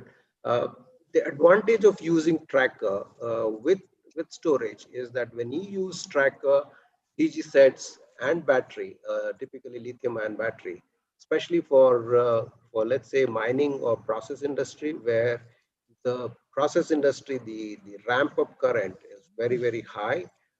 You could look at tracker, which will again even out, like I said in this previous slide, and with storage will be competitive. So the point that I'm trying to make is, depending on what is your load curve, depending on what is your time of day requirement, depending on how you want to penetrate the grid, and depending on what is the combination of solar versus storage, use of tracker could define the way forward. So at the end, what I would like to touch is that everything has, whatever investment that is made into solar has to have reasonably good generation, has to have reasonably good good return on investment. An investor will not invest unless his investment is good. And what we have seen over the last few months is that the module sizes have now increased from 360 watts to 400 watts to 500 watts, and now people are talking of 600 watt plus and modules. And so we are seeing large frame modules that is coming into the market. And the second thing that we are seeing is that the difference between a mono PERC module and a bifacial module, the delta of price between those two is just 1 cent. And with these, I mean, people here might know about bifacial model in advantage. If you use tracker and use the software that I've talked about for diffuse lighting or terrain based, you could see anywhere between 15 to 25% depending on the site. In fact, we have seen even higher values than that. So what does it do? It helps you in increasing the usage of grid, and thus helping the distribution companies not to complain against the installers or the executors of the project. It helps in banking of energy, which means that you can decide at what point you would like to bank energy. It helps address time of day concerns of generators and users. It increases the return on equity by at least about 10%. And for hybrid, in steady power, it is cheaper to diesel or grid tariff by 55 and 35% respectively. And the last point that I have is it provides today in situation round the clock power with tracker and storage. So solar PV, I believe, is clean and green. And so these are the benefits of using tracker with technologies. Just give me a few minutes to talk about our company. Our company has done multiple projects, like Mr. Litton said, has done projects across the globe in the US, in the Middle East, in Asia Pacific, and this is some of the projects that is there in the US, a project in Vietnam, and also we from the ISA perspective, we have an engineering team, which what we do is we engineer the project and provide owner's engineering for, let's say, array layout, civil design grading, how does the DC system work on the foundation design. We also are doing preliminary design packages for tender drawing packages, other development engineering works. So all these activities can be done. And in the project value engineering, depending on sites, we can do multiple activities, including the layout services. We have a software. In the software, what happens is if you are able to give us the KZM file or and then provide the input, we were able to give you an output and say that this is the best design that is possible for that particular site. For either and also then correlate as to what the generation of that site is. Now you must have seen that when developers or EPCs or the governing bodies, when they start a site looks, let's say, rectangular, by the time they acquire the site, it looks like a shape of an amoeba. And so between a rectangular and amoeba, there's a lot of changes that happens. So you could use this software, which is called a SunDate data. In that software, you put in your data, and within few minutes, you are able to get a layout of that site. And so we also help people with the project engineering. We are based in the US, in Mexico, in Brazil, in Dubai, in Europe, and then in India, and in Asia Pacific, in Australia. So we are there across the globe, and so we could help ISA and ISA countries, ISA partners, and all the companies on this call with whatever related to tracker and engineering and software related issues, and help the world go to become clean and green. Thank you very much. Thank you very much, Mr. Bhatt, for that interesting presentation. You have touched upon how trackers can increase the generation, which is directly proportional to increasing your rate of return. Every investor would like to increase his investment, his return on investment, which I would say is increase the bankability of the project per se. Yeah. So thank you very much. Very, very, very good presentation. We would definitely touch base with you. Thank you. Now our next speaker, because of lack of time, we'll move forward. Our next speaker is none other than the NTPC. NTPC is India's largest economy conglomerate, which goes back to 1975. And it is ranked as the #2 independent power producer in the flat top 250 global energy company. We have today Mr. Gupta and his team, and they'll run us through what is NTPC's insight into this topic. So, Mr. Gupta, over to you. Thank you, Mr. Shonley, and good afternoon, His Highness Upendra Tripathi ji, all NFPs, and all our fellow speakers who have shared their own perspective on this topic. So we from NTPC, we really are associated with ISA for some time now.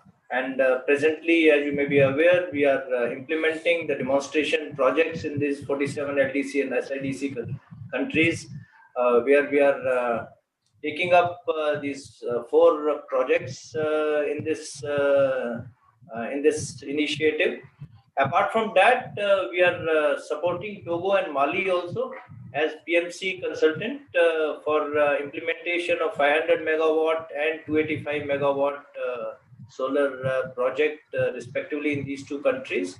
And we are actively pursuing and exploring the possibility of developing some more projects in 11 more countries, and in time to come in rest of the countries also.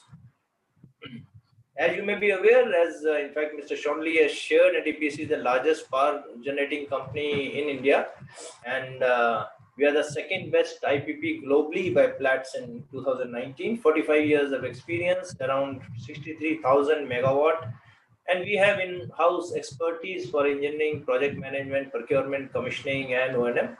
We have 19,000 plus experienced manpower. 15 billion of revenue last year, and US dollar 15.8 billion net worth as on March 20. And we have large footprint in solar also. In the solar, we have installed capacity of 883 megawatt. Apart from that, around 4,000 megawatt solar capacity is under implementation. And recently, we have been allocated 5,000 megawatt in a single location in India. We have extensive experience of ground-mounted floating solar, canal top, rooftop installations in solar, and we have been appointed as nodal agency by Government of India for solar, National Solar Mission. And we'll be too keen to assist any member country in this regard for development of solar initiative in their countries. Now I'll hand over to Mr. Chandok and his team for going through a case study of 20 megawatt solar plant we installed in NTPC Oraya. It's a ground-mounted project, and I think it fits with the theme of today in the ground-mounted solar we are discussing. Mr. Chandok.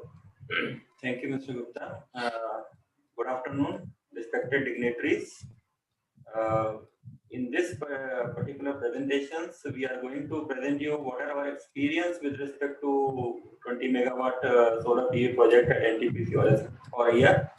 In NTPC, apart from greenfield solar PV project, we are trying to exploit the maximum use of land available in our thermal plants, be it land or the water bodies or the canals, everything we are trying to exploit. So with respect to that, we have installed a canal top of 150 megawatt in Moda. Similarly, we have installed a hybrid plant of solar and wind in Kudgi area, Kudgi plant, which is basically a 3.5 megawatt hybrid plant. Parallelly, India's first operational plant of 1 megawatt floating solar that we have installed in NTPC Kawas. And likewise, we have also installed multiple ground-mounted system in various NTPC projects. So across the different form of solar PV plant we have installed in NTPC, apart from this greenfield project, which are basically generally in the size of 200 to 300 megawatt size. Now coming to the 20 megawatt Oraya is our gas-based slides project. are not moving, Mr. Chandok. Yeah. So basically, I am just introducing the concept. Fine. I am coming to the presentation. So this NTPC Oraya is our gas-based project, and in this gas-based project, we are basically having available land as well as the water bodies. So when we are going for any such type of project within the water bodies or within the basically thermal power plant, there are a number of things which we need to see. Because when we are going for greenfield project, then there will be different type of thinking process. But in the case of thermal plant, where we have to connect to the existing evacuation system and all those things, we need to go in a little different manner. So in this case also, we have assessed the site. We have found out what quantity of DC capacity can be installed, what kind of AC capacity can be installed. The project cost has been calculated based on the different foundation, electrical single line diagram.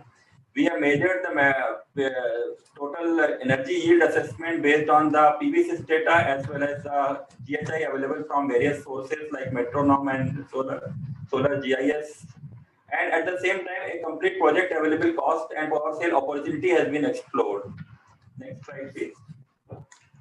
So as I indicated that power evacuation is basically the already existing switchyard of 20 megawatt, or gas-based power plant.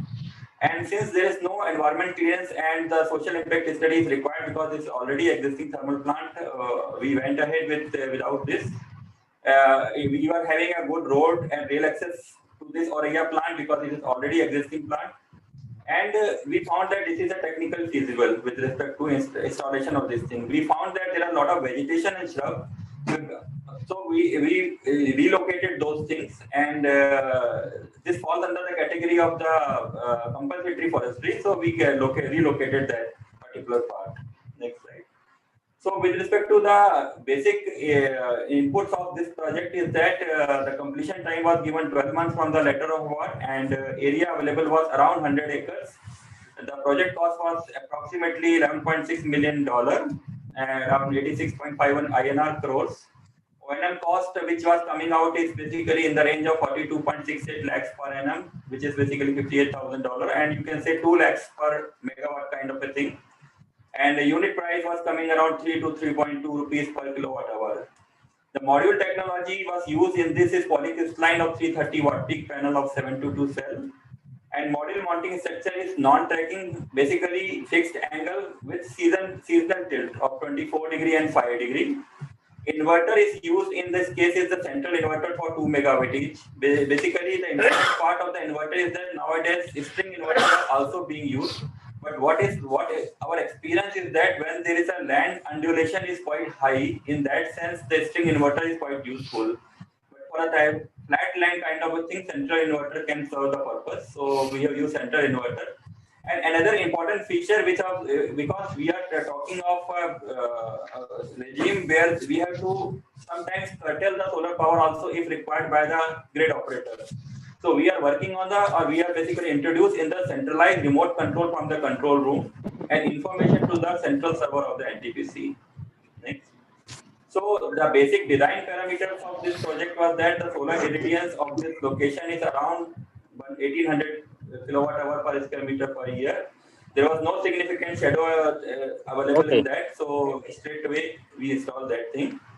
The voltage level is basically the 1500 volt DC level. Earlier the project was of 1000 volt DC level, which is 1500 volt DC level. Any question, please? Requested order to mute, please. Can we mute others? Grid fault level is a short circuit current grid fault level. In this case, at 152 kV voltage level is around 40 kiloampere for a second. Another important aspect is the DC-AC ratio. Like in current situations, we have sizing the plant in the sense that we have almost 1.5 times of DC with respect to AC. So if a 100 megawatt plant is basically considered a 100 megawatt AC plant, we are installing on the DC side, say for example, 150 megawatt.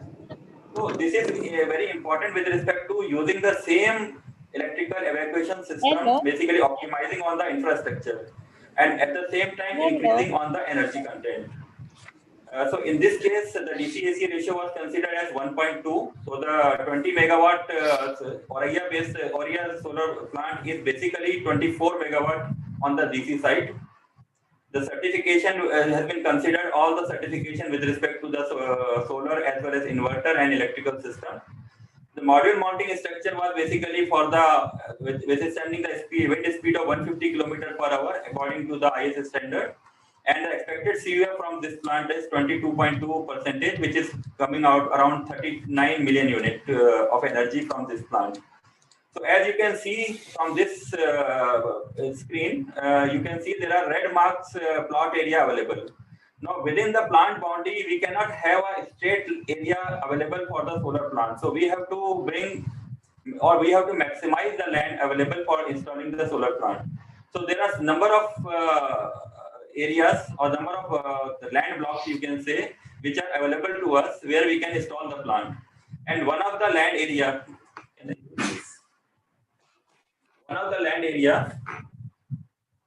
like this one on the other side of the railway land side. So we were having these lands available and one land was available on this location, which is basically around 4.9 megawatt kind of a thing. So we connected that portion through the overhead line and this is connected to this plant. So this is our gas-based plant and these are the solar plant locations where the solar plant has been installed in various blocks of available land. Next. The timeline for this is basically there are a number of activities which we can say that site mobilization, soil investigation, detail engineering. So detail engineering is very important activity where we have to see that all our specification has been thoroughly checked and whatever the drawings and everything that are coming are in line with our specifications. And then civil work will take around 6 months. Module mounting structure will also take around 6 to 7 months. Then after that, the solar PV module supply and installation will come into picture, which will go from 2nd month onward to 10 months. Then inverter as well as the cabling part will start from almost 4 months to 10 months. And drainage work as well as testing and commissioning. So within the 12 months time, we generally complete the completion of the facility for any ground-based solar plant. This is a typical block diagram of this 20 megawatt NTPC Oriya solar PV plant. So as you can see, there are a number of stringing which we have done. As I have indicated that we are working on the 1500 volt kind of a DC power supply, DC power system. So there are 1 to 30 kind of a string which has been connected in series. Then there is array junction box, then the number of 2 megawatt inverter, almost 10 inverters, 10 into 220, 10 inverters are there. Then they are giving the output at 660 volt, which through transformer we are making it to 33 kV. And from 33 kV, it is going to the outdoor feeder where it is converted into 220 kV, 40 MVA transformer. And we have our Oriya, the 220 kV main switchyard where the plant is getting connected. So out of 20 megawatt, 8 megawatt is very recently commissioned, almost 3-4 days back only, and the remaining 12 megawatt is under commissioning. Another important aspect is basically the how we place the structure and what is the spacing between the different two structures. So if you consider a single block, that single block is basically having around 15 or 20 kind of a panel, or one panel if you consider 2 by 1 meter. 2 meter width and 1 meter length, 2 meter length and 1 meter width, then we can say a single structure covers around 60 square meter area. And the spacing between the panel, that means the pitch, basically center to center structure spacing is around 6 to 7 meter. which is according to the clear area available for the movement of 3 to 4 meters. So these are the very important design aspect which has been taken care while designing the complete system and layout. Next. And another important part which we wanted to bring to your kind notice is that the SCADA and PPC are evolving from last 5 years. So now, likewise, earlier we were having a single PC where all the data is coming and we are working on those things. But nowadays, things are moving in a different direction because these power plant controller needs to be connected to the grid operator. And there may be requirement that we have to curtail the power or we have to follow the conditions or follow the grid conditions according to the grid operator. So the SCADA system is improved a lot within the last 4 or 5 years. So as you can see that there will be a field layer where all the inverters are connected through Modbus. Then there will be a controller layer. The controller is basically doing all the control business. And another loop, another important block, which is basically the PPC block, you can say the power plant controller block. This is going to be interfaced with the grid operator so that a command from the outside of the plant can be accessed and that can be controlled the plant. And the topmost layer is the UI layer, the user interface layer, where all the screens as well as printers and all those things will be available. So this type of concept has been formalized, commissioned, and the plants are 8 megawatt plant is working here. Next, please. So in this sense, apart from this 20 megawatt ground mounted system at Oraya, we have presence pan India. So we are working on both the ground mounted system and floating system. If you see, there's a number of huge amount of listed around 19 projects which are under implementation, both including the ground mounted system as well as the floating PV system. Ground mounted in the sense of 20 megawatt to 300 megawatt, and similarly floating PV in the range of 20 megawatt, 100 megawatt, 20 to 100 megawatt plant. The India's largest floating PV is being installed at Ramagundam, which is a 100 megawatt plant, and it is under implementation. So here we are. Next slide. With this experience, we wanted to be a partner in progress with the host country for power sector development for the utility scale plant, both for ground mounted and floating PV systems. We wanted to share Indian experience with respect to NTPC learning as well as providing the capacity building for the solar power development, and also as a PMC advisor or owners engineering services in the host country. Thanks a lot for this position. Thank you very much. Thank you, Mr. Shonde. Thank you, Mr. Gupta and Mr. Chandok, for your patience. You have run us through different parameters for designing feasible solar PV plant. You have made it so simple that most of us are laymen, I believe, and it looks very simple and very encouraging. Thank you very much for your patience. Thank you. Thank you. Now we move to the next session. We move to the next session, that is member countries intervention. I would go by the alphabetic order, and I would call on first Mr. Hassan M. Aziz. He is representing ITCOL. ITCOL is the infrastructure development company. It is a non-banking financial institution, and they are really the pioneer in Bangladesh for renewable energy, mainly solar power, especially in the rural area. They have done a great job.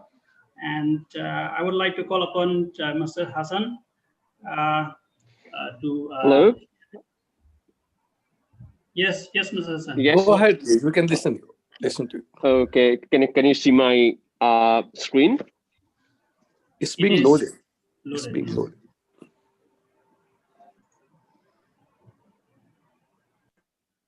Is it clear now? Oh, not yet. No.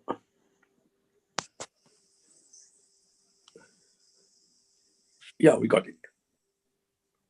Yes, now it's coming. No, it's okay, right? So, yes, thank you, everyone. Assalamu alaikum. I'm Hassan Mohammed Aziz. I'm working as a manager in technical unit of ITCOL. So, in short, I am just giving the overview of the ITCOL. It's completely owned by the Bangladesh government and started the operation in 1997. And ITCOL have the major mandate to catalyzing the private sector financing, because As a government organization, we are taking the major interventions in green finance, green area, green financing area, and also infrastructure area. And also, we are working with the funds, major funds like the World Bank, ADB, and ZICA. We're utilizing this fund. And our major projects is like, according to Bangladesh condition right now, 3,000 megawatt electricity production capacity is right now here in Bangladesh. Among them, 3,214 megawatt electricity power plant capacity power plant is funded by us, and we have financed some steel melting and building factories in network. Mobile network infrastructures, and also 22% export container handled by the funded port by the ITCOL. And also we have financed almost 70 million USD investment in the industrial efficiency equipment, and 18 million USD investment in green bricks projects. And now I'm just highlighting our renewable energy interventions.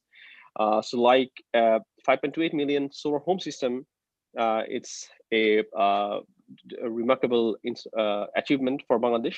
We have installed 5.2 million solar home system. Its cumulative capacity is around 236 megawatts. We have the irrigation program that is already over 1,500 irrigation pump is there. And Bangladesh is a riverine country, and Bangladesh have many river islands. So among them, 26 solar mini grid is established under our finance and the grant support. Cumulative capacity is around 5 megawatts. And also we are financing on the grid type projects here in Bangladesh. Already we have financed 10.31 megawatt DC capacity, and AC capacity is 8 megawatt in one project in Panchgarh. And more information I will provide later on in this presentation. And 2.8 million improved cook stove have been implemented throughout the Bangladesh. And also we have another intervention which is right now booming, that is industrial solar. 26 solar rooftop already approved. Cumulative capacity is 30.77 megawatt, and we have a 50 megawatt pipeline for the industrial rooftops solar projects. So here is our situation of the grid-tied solar project. We have financed one that I have mentioned earlier, that is situated in Panchgarh. And this is capacity is 8 megawatt, and we have 8 projects in pipeline. Its cumulative capacity is around 467 megawatt, and our financing structure is the 80% loan amount and 20% equity. Among them, the loan amount 50% we will for the grid type project we will participate for the 50% of the loan amount, and rest of the loan amount we might arrange, or club financing might be done.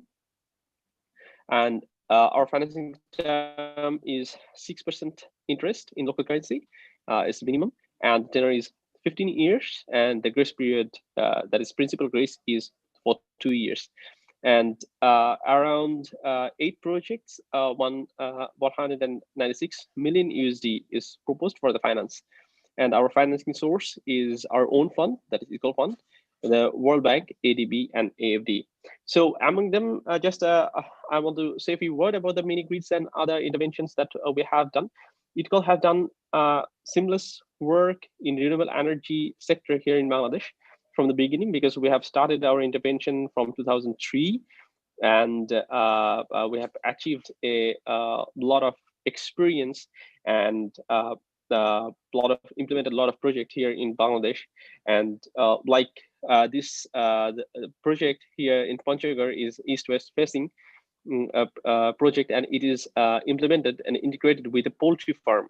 So as Bangladesh have a land scarce country, and we have a crisis in land considering the population, so definitely it's our major concern to actually innovate something like agrovoltaics that some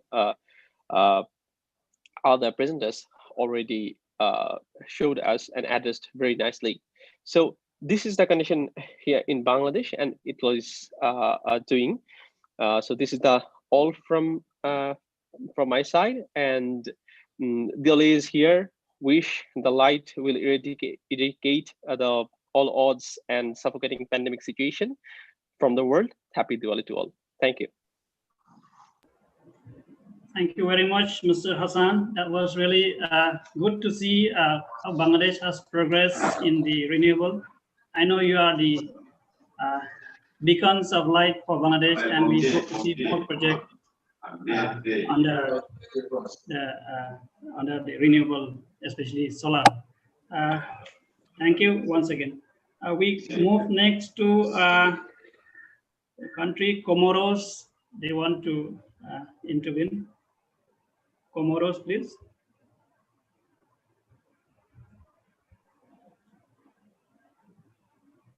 Oui, bonjour à tout le monde. Allô? Yeah, go ahead, please. Go ahead. D'accord. En fait, on n'a pas. Je suis Omar Msoma, le point focal national de l'Alliance solaire internationale. On n'a pas vraiment une présentation à vous faire, mais ce que je veux vous dire ici, c'est que les entreprises qui ont fait leur présentation ont seulement parlé de technologie, mais ils n'ont pas parlé comment ils peuvent aider le monde à s'en sortir dans cette nouvelle technologie. Ils n'ont pas parlé la mise en œuvre de leur technologie dans les pays membres de l'Alliance solaire internationale. Alors là, pour moi, j'aimerais bien que ces sociétés fassent un plan d'intervention dans les pays membres de l'Alliance solaire internationale, ainsi que l'Alliance solaire internationale prenne des initiatives dans l'intégration et la mise en œuvre de ces activités. Actuellement, l'Alliance solaire internationale a quelques projets de démonstration dans les pays membres. Donc, j'aurais aimé que dans ce webinaire, on parle de ces projets de démonstration d'énergie solaire dans les pays membres de ISA. Et j'aurais aimé aussi que, à travers ces sociétés ou ces entreprises, qu'on puisse avoir un développement des compétences institutionnelles au niveau de ces technologies. Et j'espère que l'Alliance solaire internationale va aussi prendre tout ça en considération, parce que le plus important, c'est le développement des compétences à travers des formations dans des sociétés pareilles. Merci beaucoup.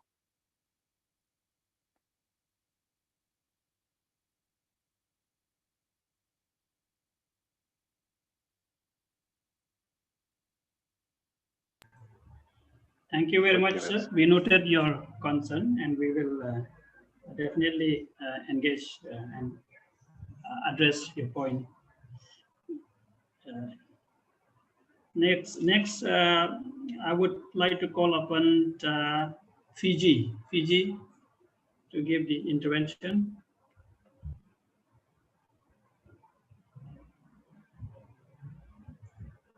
Fiji, anybody?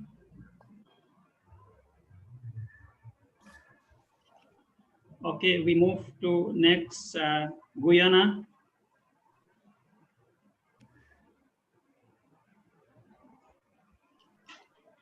Guyana, anybody? Anyone, please? Okay, then we move to next, Kenya.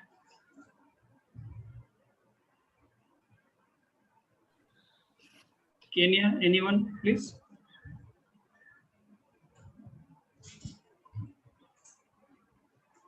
Okay, Kenya not there. We move to Mali. We will come back as and when available. Mali, please. Yes. Yes. Yeah. Yeah, please go ahead.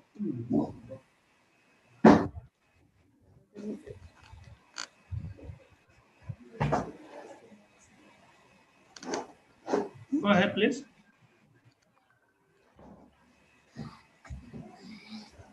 Okay.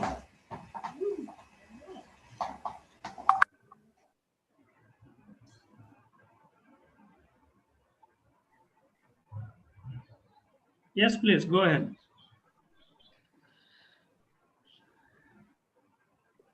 It was a good class. Thank you.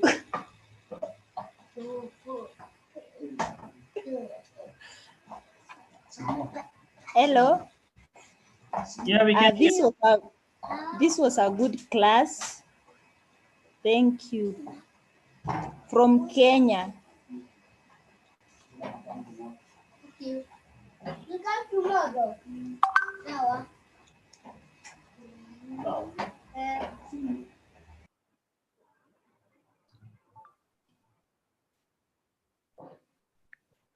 Okay, from Kenya. Sorry. Yes, Your Excellency, go ahead. Go ahead.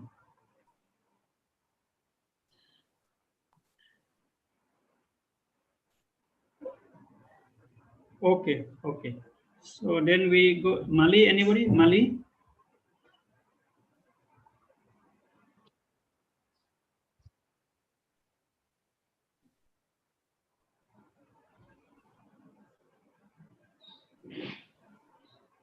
Okay, we can come again if they come in. Then we move next to Myanmar.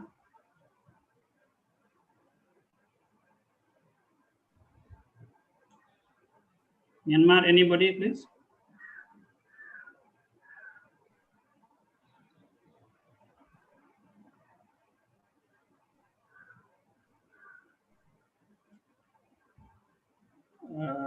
Okay, Myanmar not there. Then we move to Niger. Good morning. Good morning. Bonjour. Go ahead, please. Donc, nous n'avons pas. Je vais faire en anglais ou bien en français. So I said that we didn't prepare a presentation, but we follow it with interest. No problem. So we see the different technology and they are very important.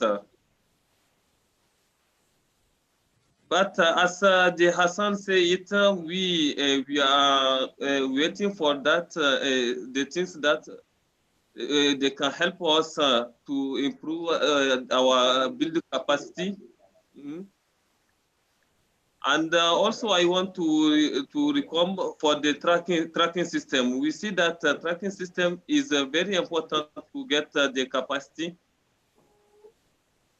But the problem that we are facing as a country that has a low access rate, so instead of using the trackers, because if it is a system that the price will be higher than the one that don't have a tracking system.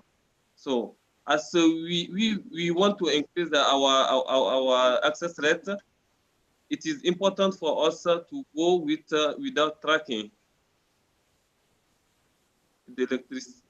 Yeah. So this is the thing that we are seeing, and yeah. Okay. Donc on vous remercie. This is to inform you all that Mr. Zakari is the latest newly appointed NFP for Niger. So this is his first meeting. Welcome, Mr. Zakari. Welcome. Mr. Litton, do you want me to respond or not required? So we'll this one will go. Mr. Bhatt afterward will do the. All right. response. Okay. And we move next to Togo. Nice evening, brother. Okay, then. Okay, Gambia has come. Gambia? Yeah. Yes, please. Go Sorry, ahead. you are right. Let me even tell them to get me some. I forgot to. Okay, all right. All right. Okay. Yes, you are right. Thank you so much. All right. Thanks. Okay, thank you. Okay, bye-bye.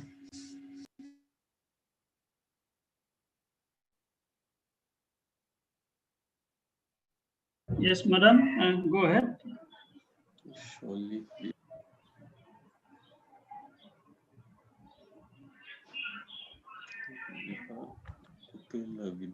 Hello, Gambia.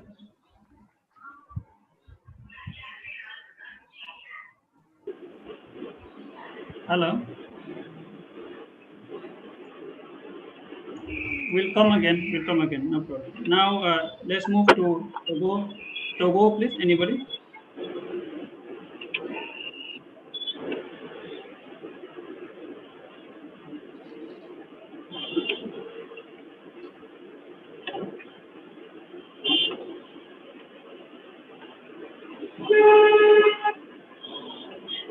Togo, then. Excellency Kondimani was there. Pardon? Excellency Kondimani from Togo.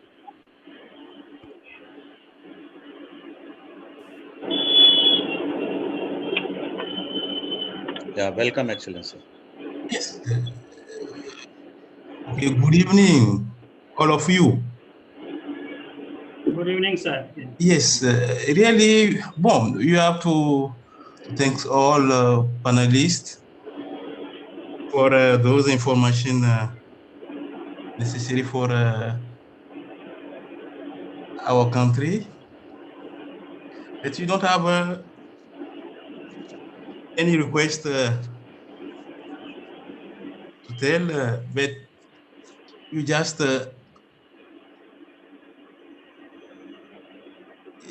hello. I'm audible. We are listening. Go ahead. Yes. Okay, it's okay. It's okay. It's okay. Thank you very much. Thank you very much of all If of you would like you. to speak in French, also you can speak, sir. Yes, ok, thank you very much. Non, nous voulons juste, nous n'avons pas grand-chose à dire.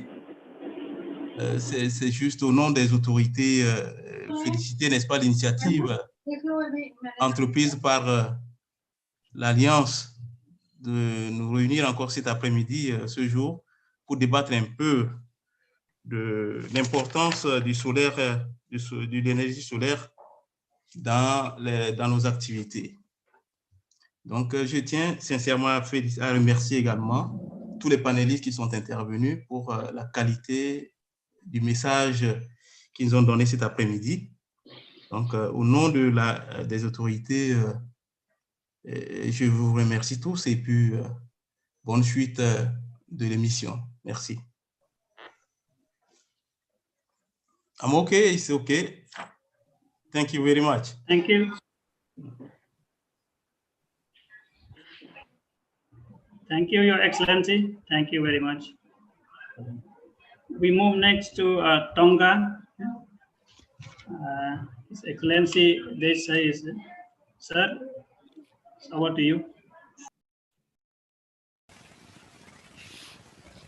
Good evening, Your Excellency, Director General ISA, Mr. Mahapatra, Mr. Sholne Litting, and our colleagues, our friends, and also the senior members of ISA team. First of all, I'd like to compliment and congratulate ISA for organizing yet another webinar on a very, very important subject of ground-mounted solar projects. From 100% solar of Cochin airport to challenges of mini grids, from experiences of private sector, large private sector like NTPC to multinationals, was a very, very interesting experience to listen to. I think we are very, very happy and that such kind of programs continue to be organized by ISA with great dedication. In regard to Tonga, I am sorry that we have not been able to submit our demonstration project. We will be doing it soon. And in regard to our solar water pump projects, which has been assisted by ISA. They have still to come back. I think what has been organized today is very informative, interesting, and thank you for that. Thank you. Thank you, Your Excellency, for that kind word.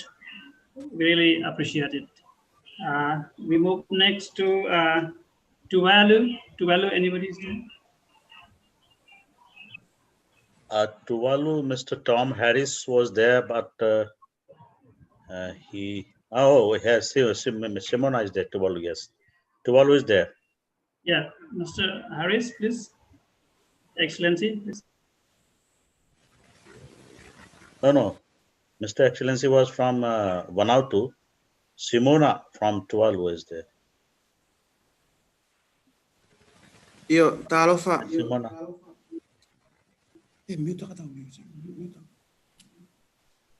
Go ahead, please. We can hear you.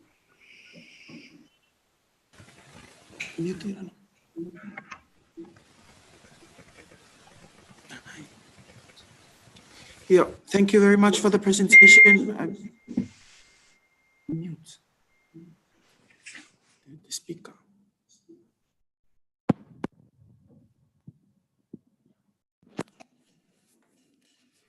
Sorry, we have an echo with our. Yeah, you're audible. You can speak, and you had some questions also. You can ask that. Yes. Thank you for. I think we found the presentation informative, and I guess I had a question that I presented before. I wanted to ask Mr. Jose Thomas P. about the panels and why they are facing in different directions. Otherwise, it was very informative, and we appreciate the whole presentation. Thank you.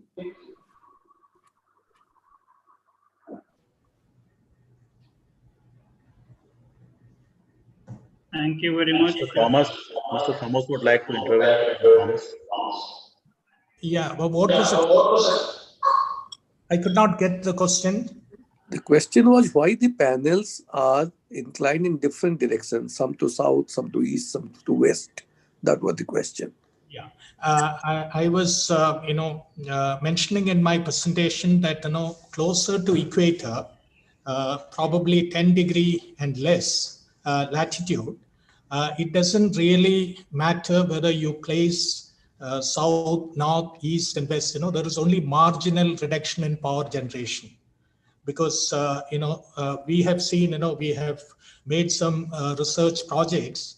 We found that the east and west facing panels generate only 1% less than the conventional south facing panels. We are at 10 degree latitude, Cochin. So when you go closer to the equator, it will be much less, probably south, east, west, north, everything will be probably the same, more or less same. So that is what I was trying to, because in our the project, which we are currently doing, we had to place, there are south terrain facing south, terrain facing north, terrain facing east. So we place panels in whatever direction. And we don't think, we will have any reduction in power generation.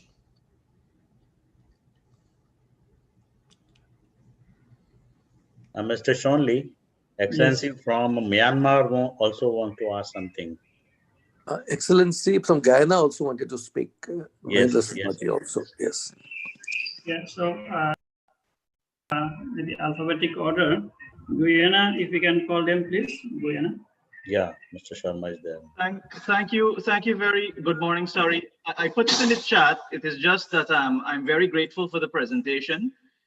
It's extremely informative, and I welcome such initiatives simply because it provides us real-world examples of what is happening out there. And when we configure our own projects and implement our own projects, it provides a unique basis for comparison.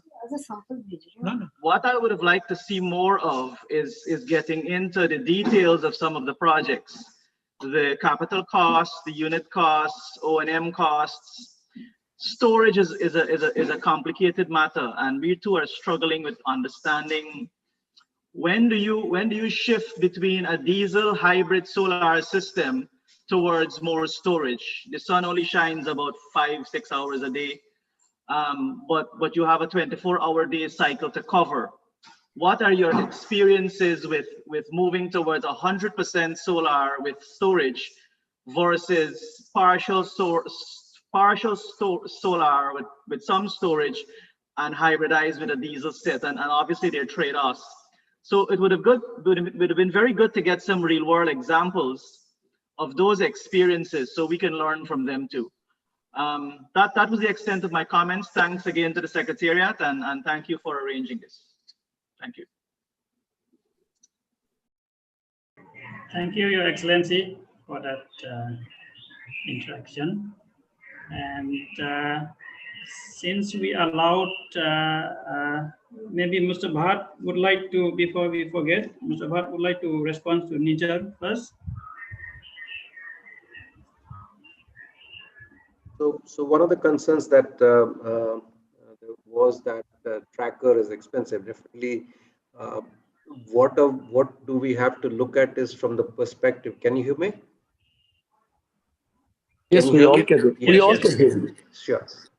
So what we need to look at is from the perspective of the generation. So what I mean by generation is that if assuming that you have to generate, let's say, 1600 or 1700 kilowatt hour per kilowatt peak, or 1.6 billion units per megawatt, if that is the objective, then I guess it's a different question that you ask whether a fixed structure is better from a capex perspective or tracker is better. But assuming your problem statement is that I need to generate 2 million units from a megawatt or 2.2 million units from a megawatt. And so what do? I need to then look at tracker as an option for that generation, because otherwise you'll have to increase that 1 megawatt PV plant to 1.25 or 1.3 megawatt, depending on which part of the world you are. So from a capex perspective, this is the detailing that we have to do. What we understand is there is definitely a delta between the fixed ground mount structures and the tracker. There is a cost for maintenance between fixed tilt structure and tracker, but an analysis has to be done from a perspective of generation rather than just capex perspective. So what is important here is what is the cost of energy, how does it penetrate the grid if it is a grid, is what is to be evaluated. So this is situation one. Situation two is, if assuming that you have a load which consumes a lot of power during the night and consumes lesser power during the day, should I use tracker, storage, and diesel generator, or less of diesel generator, more of grid power? Is a combination that you can run and understand what is my cost per unit of generated units. And experience has shown today with the lithium-ion batteries prices coming down, that it is very economical today from the industry's perspective to look at a combination of PV DG hybrid storage parameter to make sure that you're able to achieve very economical cost for round the clock. And tracker helps you in making sure that you are able to achieve this. Now, unless and until you do an evaluation for a site-specific load, the choice whether to make it against ground mount fixed or tracker is very difficult to say. But most of the time, in lots of part of the world, tracker is gaining its importance because of the third thing, which is the bifacial modules. Bifacial modules generate more than the typical monopuck, which is getting more and more prominent. And from that perspective also, you are seeing high generation. So when you combine all these three aspects, which is the tracker, the bifacial module, and the software that is there, if your economics is cost of energy generated, then, and if it is for a particular location, then going for tracker is always best. That would be my submission. Thank you. Thank you, Mr. Bhatt, for your response. May I call upon Myanmar? Myanmar has a question. Myanmar, can you come, please? Hello. Can you hear me? Yes, we can hear. Yes, go ahead. Yes, yes. Right now, my superior, he's go outside for some urgent reason. That's why. Can I ask you one thing? Yes, please go ahead. Go ahead. Yes. What I want to ask is, how much capacity cost of ESS? It means electric battery storage system in 1% of solar power project capacity should be installed to compensate the fluctuations of power plant. I mean, how much ESS in solar power project capacity, solar power project plan for two solar power project plan? Yes. For intermittent. Can you understand me? Yeah, Mr. Gajere, would you like to respond? Yes, yes. Yeah, if I understood the question right, the question was about how much capacity of energy storage should be there in a solar hybrid system. Yes, yes, yes. Okay, so there is not one straight answer to this question. A lot depends on what is the requirement at the particular generation site, and the problem needs to be defined accordingly. So if the requirement is to have an uninterrupted 12-hour energy generation beyond the 6 to 8 hours that a solar PV generation can provide, there would be a different answer to this question. But if the requirement is to provide a 24-hour uninterrupted generation, then the answer to this question can be different. So there's not one right answer to this question. But generally speaking, what we have seen is, in order to keep the costs at a minimum and have the most optimum and efficient level of backups, redundancies, as well as efficiencies in the system, in the island hybrid example that I had taken in my presentation, the energy storage was roughly 25 to 30% of the total load requirement of the system. The solar PV 6 to 8 hours was obviously the maximum. So in that entire system, the entire load requirement was roughly 10 megawatt hour during the day, out of which solar PV provided roughly 9 megawatt hour and battery storage provided 3 megawatt hour, and the remaining 800 kilowatt hour was provided by the DGs. So if I mean, in our Nigeria project, it was a different case, because in the Nigeria project, the client wanted a 48-hour reliable energy supply. So if there is a rainy day, even on that day, the system should function, which means the sizing of the battery had to be done really high. And so as I said, there's not one right answer to it. It will all depend on the client requirement, the site requirement, the generation requirement, the redundancies in the system, the budgets available, and all these parameters have to be taken into account. There are softwares available for doing the right sizing of the system. Each and every generation system in the solution can be right sized in terms of cost, in terms of efficiency, and in terms of redundancy by using the right softwares. So we use a lot of simulation tools while designing our solutions. I hope that answers the question. Thank you. Yes.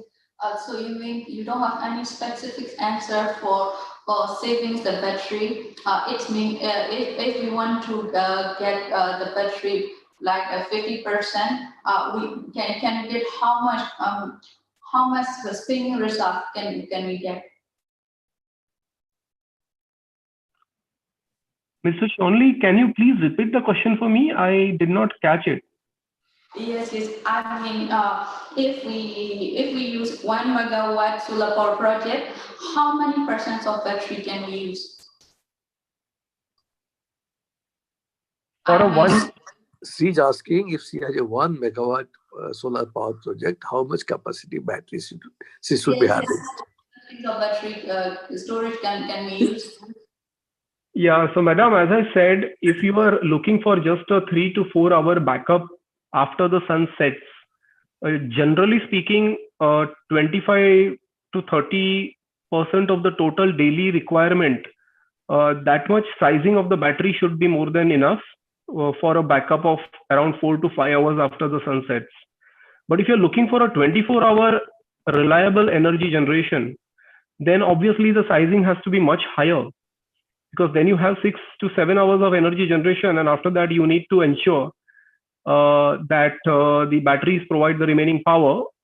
And obviously you want to keep the DGs at a minimum for environmental reasons and for fuel cost reasons. So in that case, the batteries can be sized much higher, above 50%. So it will all depend on number of hours of backup you need. Mr. Gajre, actually our question is that what percentage of storage should be installed to compensate the fluctuation of the solar power plant? Anyway, what we can do, we can send your email ID to them, and then if they have more questions, they can directly intervene. I think that is better. Is it okay? Sure. Yes. I'll be glad to connect with madam, and we can resolve it. I think that will be the right approach. I'm sorry I'm intervening at this stage. Actually, we are very overwhelmed by the participation today. I know there is a number of countries participating, and I can recognize 17 countries. There could be more because I don't know everybody. And at one point of time, the number of participants who had logged in was more than hundreds. So some people had to log off and go to the YouTube link. We really didn't plan that there would be such a overwhelming response. We'll try to next time. We'll be really planning it more. And today we have exceeded 51 minutes of our time, and some of our speakers, they have other engagements and all. So I will honestly request that if there are any other question, participants, please mail it to us, and we'll send it to our esteemed speakers, and their answers will be passed on to you. Sir, Mahapatra sir, we have two NFPs present here from Fiji, Mr. Micah and Mr. Taufik from Yemen. Yes. We can request them if they want to speak, they're most welcome. And also we have Mr. Karim Kamara from Guinea. Yeah, they're most welcome. Please, anybody, any country would like to make an intervention, we'll do it. As I said, 17 I could recognize. If there are more, please go ahead and any questions, please send it to we may request, and we'll ask our speakers and get the answers and pass it on to you. Okay. First, we may request Excellency Micah from Fiji. Excellency Micah, would you like to intervene?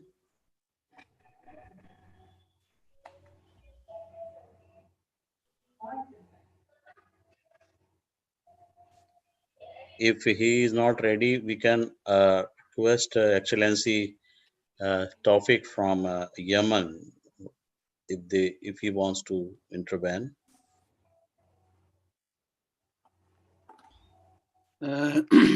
Yes, yes.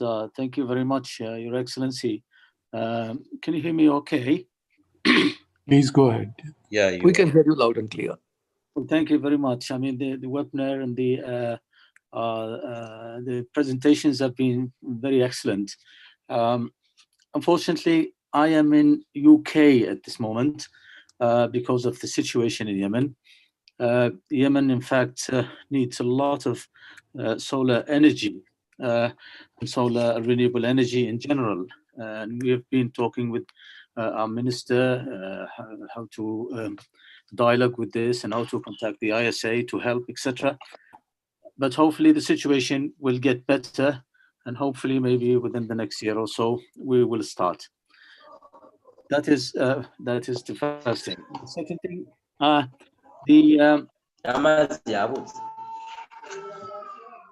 we okay? Can I continue? Please go ahead. Yes.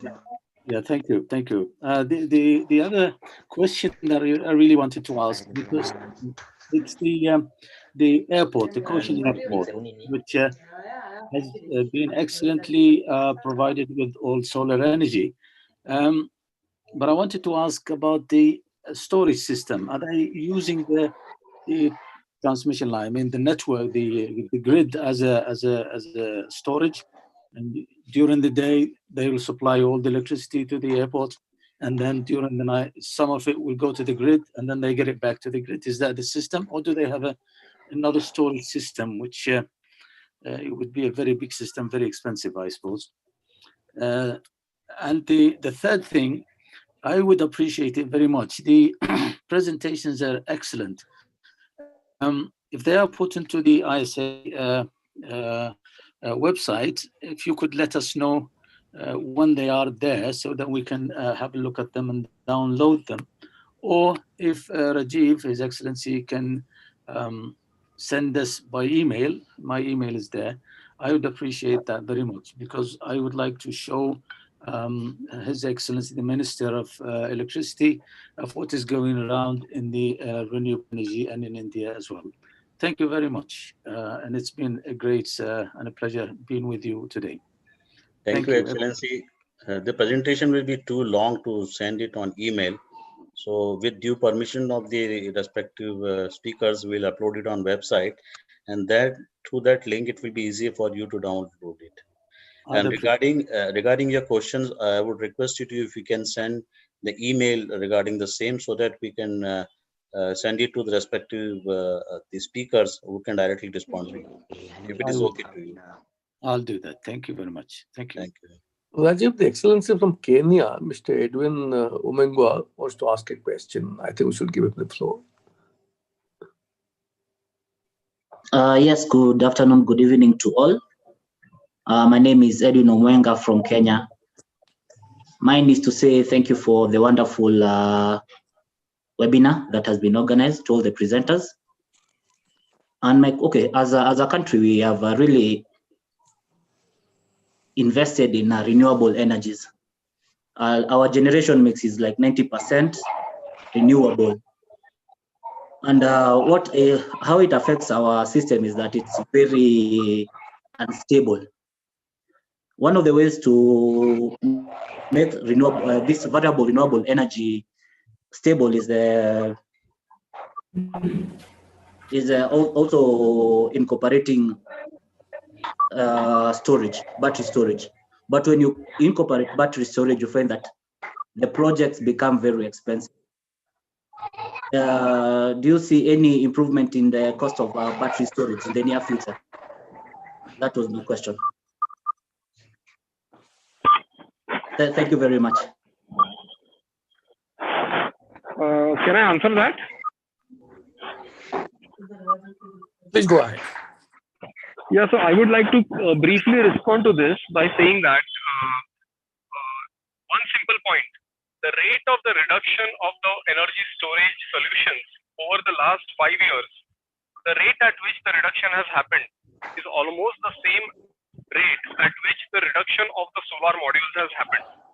Although I do agree that the level of unit energy storage is higher than the solar modules today, but nevertheless, there is a rate of reduction, and it's much better today than it was 2 or 3 years back.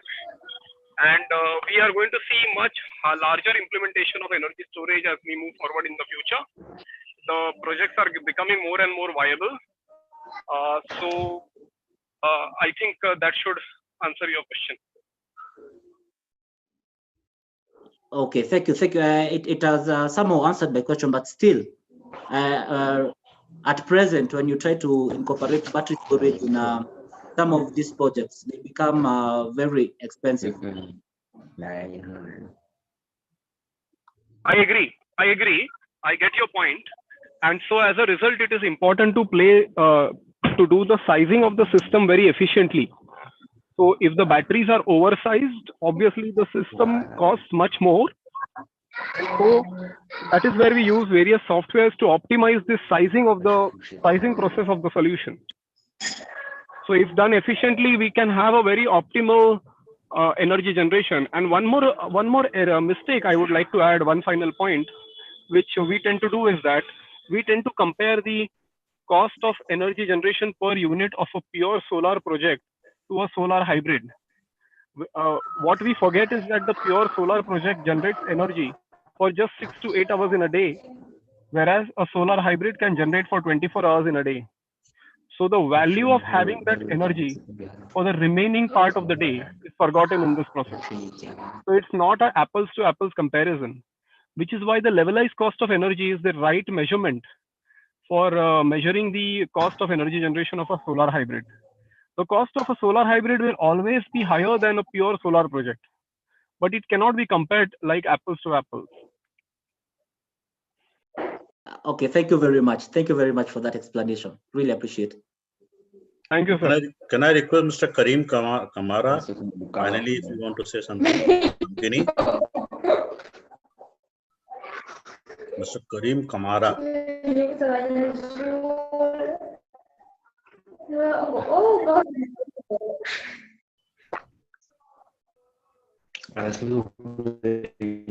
Okay, Mahapatra sir.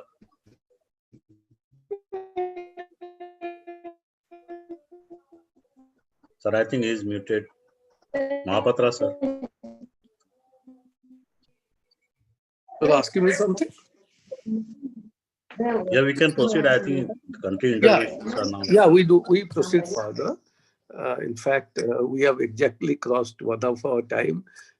Deeply appreciate there has been so much of response to the seminar, and we would have liked to cover many things had we known so much of warm response which is going to be there, and we'll definitely like to learn. I think next webinar, which is most probably coming up on 19th.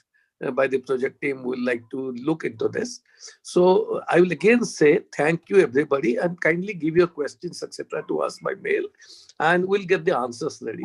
So without taking much of your, but I would not like to take much of the time at this particular juncture. The Gandhiji has rightly said, we'll take the permission of our distinguished panelists, and their presentation will be uploading in the ISA site. And with this, I will request our senior advisor, Mr. Arun Misra, to give his keynote closing remarks. Sir. Thank you, Mr. Mahapatra.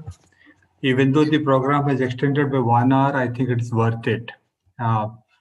Please allow me to thank all of our presenters, Mr. Thomas from the Cochin International Airport, Mr. Ranjit Gazare from the Sterling and Wilson, Mr. Prabir Mahanti from Eden, Professor Kanaka Mukhopadhyay from Agni Power, then Mr. Rajesh Bhatt from FTC Solar, and of course our team from NTPC and other participating countries, representatives from Bangladesh, Togo, Comoros, Niger, Tonga, Tuvalu, Myanmar, Guyana, Yemen, Kenya. All your interventions have made this presentation very interesting. Fundamentally, Ranjitji has given a very good example of what is the next step in the solar systems. In the sense, we have a hybrid combination of solar, then we have battery, and then we have diesel. And these three combinations are not only have been tried out in very, very large areas, with large megawattage. It has been established and successfully run. And Mr. Rajesh Bhatt has shown that while Mr. Garare's program can ensure 24/7 electricity supply, Mr. Rajesh Garare's tracking system has ensured that even without any additionalities of any storage or any supplementary diesel sets, you can increase your production by about 10 to 15%, which itself is very, very important. And Mr. Professor Mukhopadhyay's presentation showed very clearly that even at a miniature stage, at the community stage, at the mini grid stage, this combination is possible and desirable. Combining solar, combining diesel, combining battery, all these things are desirable, even at the mini grid stage, and it is very successful. And of course, we had two very good examples of ground-mounted solar in large scale of Aureia and Cochin. And the speakers gave detailed presentation about all these things. Just to address some of the concerns that have been raised, Mr. Sahai the point that you, all the purpose of making all these webinars is to educate all our member countries about the possibilities, what is possible. And obviously, you are concerned that you've not been able to pose any project. Is well taken, but the whole idea is that in this way, maybe we will be able to, give you the options that's available that a country can think of. What can be done? And even though we spoke about ground-mounted solar, you heard NTPC saying that they've done tremendous work on floating solar. So that's also a possibility. And we have seen areas programs which are very suitable for the small island countries also. 2 points that Mr. Sharma of Guyana and also the representative from Kenya made. That's about costing. This is where the role of the project team comes up. We have established the tracking improves the generation capacity, whether it is 6% or 10%, it definitely improves. What are the costs involved? Similarly, we know that Mr. Gajare also clarified that if we add battery and you optimize our requirement by adding, say, 25 to 30% of the battery storage capacity, then maybe it will suit our purpose. What is the cost involved? What is the cost involved with both the Guyana and Kenya involved? So that is something that we need the project team to sit down and work out and advise the people. If you do this, in many parts of the world, we don't need an expensive combination hybrid system because many parts of the world don't have the time of the day metering system. In an area where the time of the day metering system is there, of course, we can always give value to the power that is being produced at a particular point of time. But large part of our member countries will be very happy if we are able to ensure them 10 to 12 hours of proper, decent supply without any fluctuations.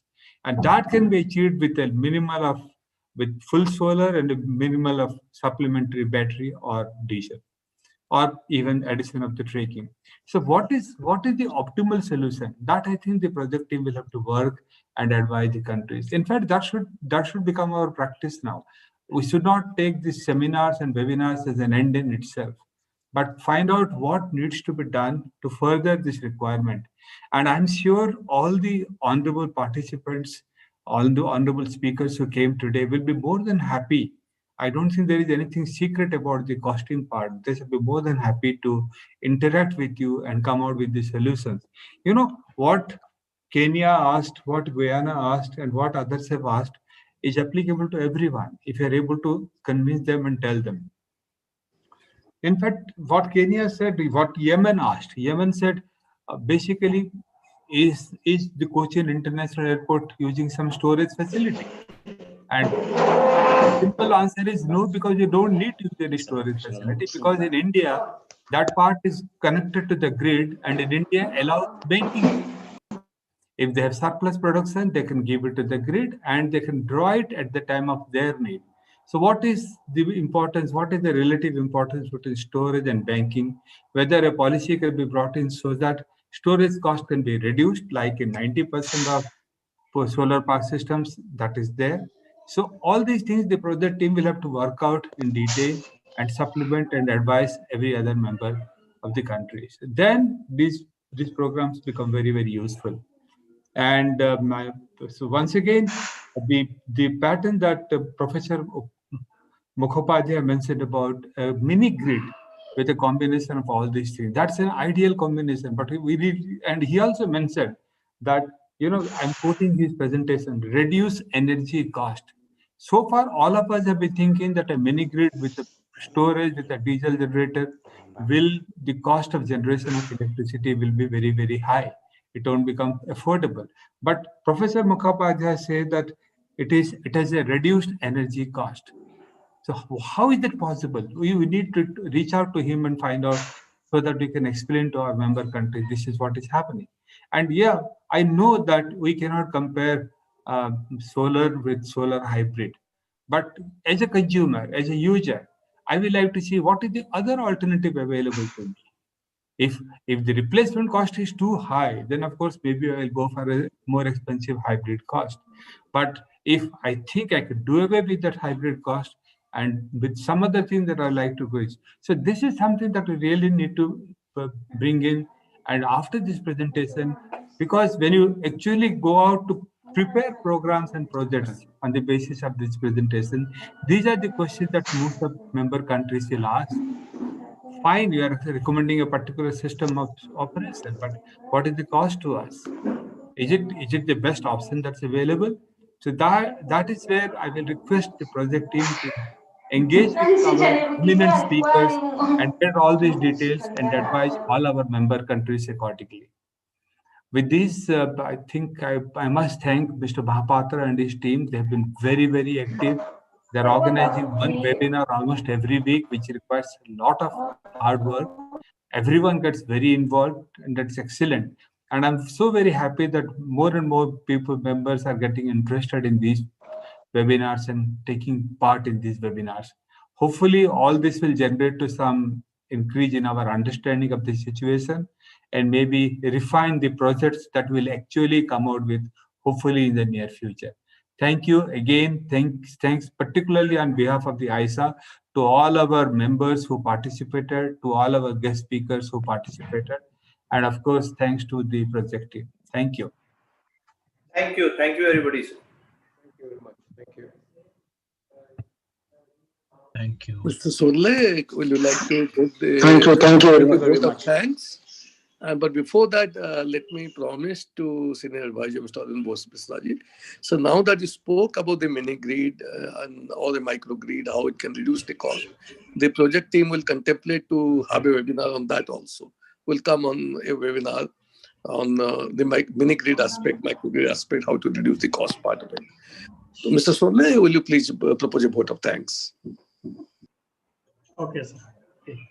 So, thank you very much. I would like to express my sincere thanks to all the participants, first of all, and the speaker, Mr. Jose Thomas, Mr. Ranjit Kajere, Mr. Prabir Mohanty, Dr. Kanak Goparia, Mr. Rajesh Bhatt, Mr. Gupta and Chandok from NTPC, and Mr. Hassan from IPCOL. Thank you very much for taking your time out, and really we've been benefited. I would also like to thank my colleague, project team, Megha, Esther ma'am, and the IT team, Bimalji, Rajendra, KPMG. Without them, Mr. Mehta sir. Also, I would like to express my thanks to for the Exim Bank Dhaka representative, Mr. Tiwari and Sabora were there, and my friend Mr. Satya Saswat from SAC Development Fund, so he was there. And to all the honorable NFPs and the country participant, we have really a very wonderful event. Thank you very much, and until we meet again, thank you. Thank you. Thank you. Mr. Shonli, before we leave to all the speakers, if they permit us to upload the presentation on the website, and before that, if they want to amend anything, they can send the amended copy. Otherwise, they can allow us to upload the same which they have sent. Likewise, Mr. Ranjit has amended it and sent it for uploading. Okay. Yes. Mr. Shonli mentioned about the next webinar also here to the participants. And Yeah. My next webinar is on 19. That is, this is I told in the beginning, it's a series of webinar we have. So the next is on 19. That is on rooftop solar. So I would again request you to join us once again. Thank you.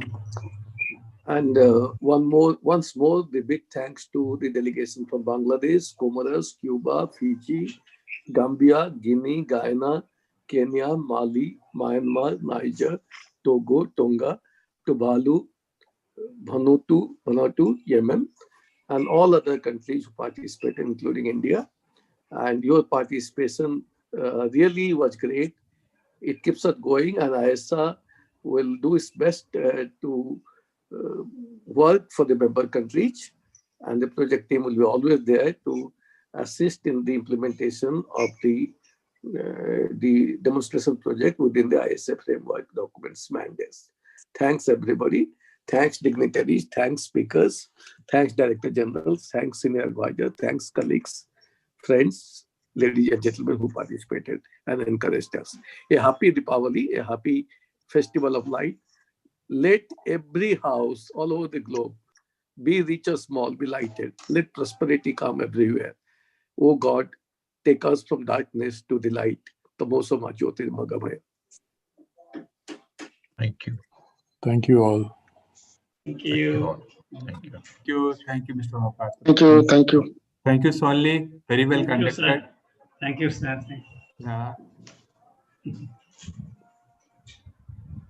Thank you very much. Thank you. Thank you. Thank you. So we'll take leave now, Mr. Mahapatra. Thank you, Thank sir. you very much. Thanks for your time. Thank you very much, sir. I know, sir, 1 hour, 15 minutes we have exceeded. Sorry, thank we you for around being less. here. Actually, I thought that I gave the vote of things, so I got disconnected. No, sir, it was a concluding remarks by you, sir. Vote of thanks. So thanks for your guidance and everything. Thanks I'm to very every happy to colleague see who Sonli encouraged. so active. Sonli has really taken it up very Sir, well. what we decided in the project group that one of us will be leader. The leadership position will circulate.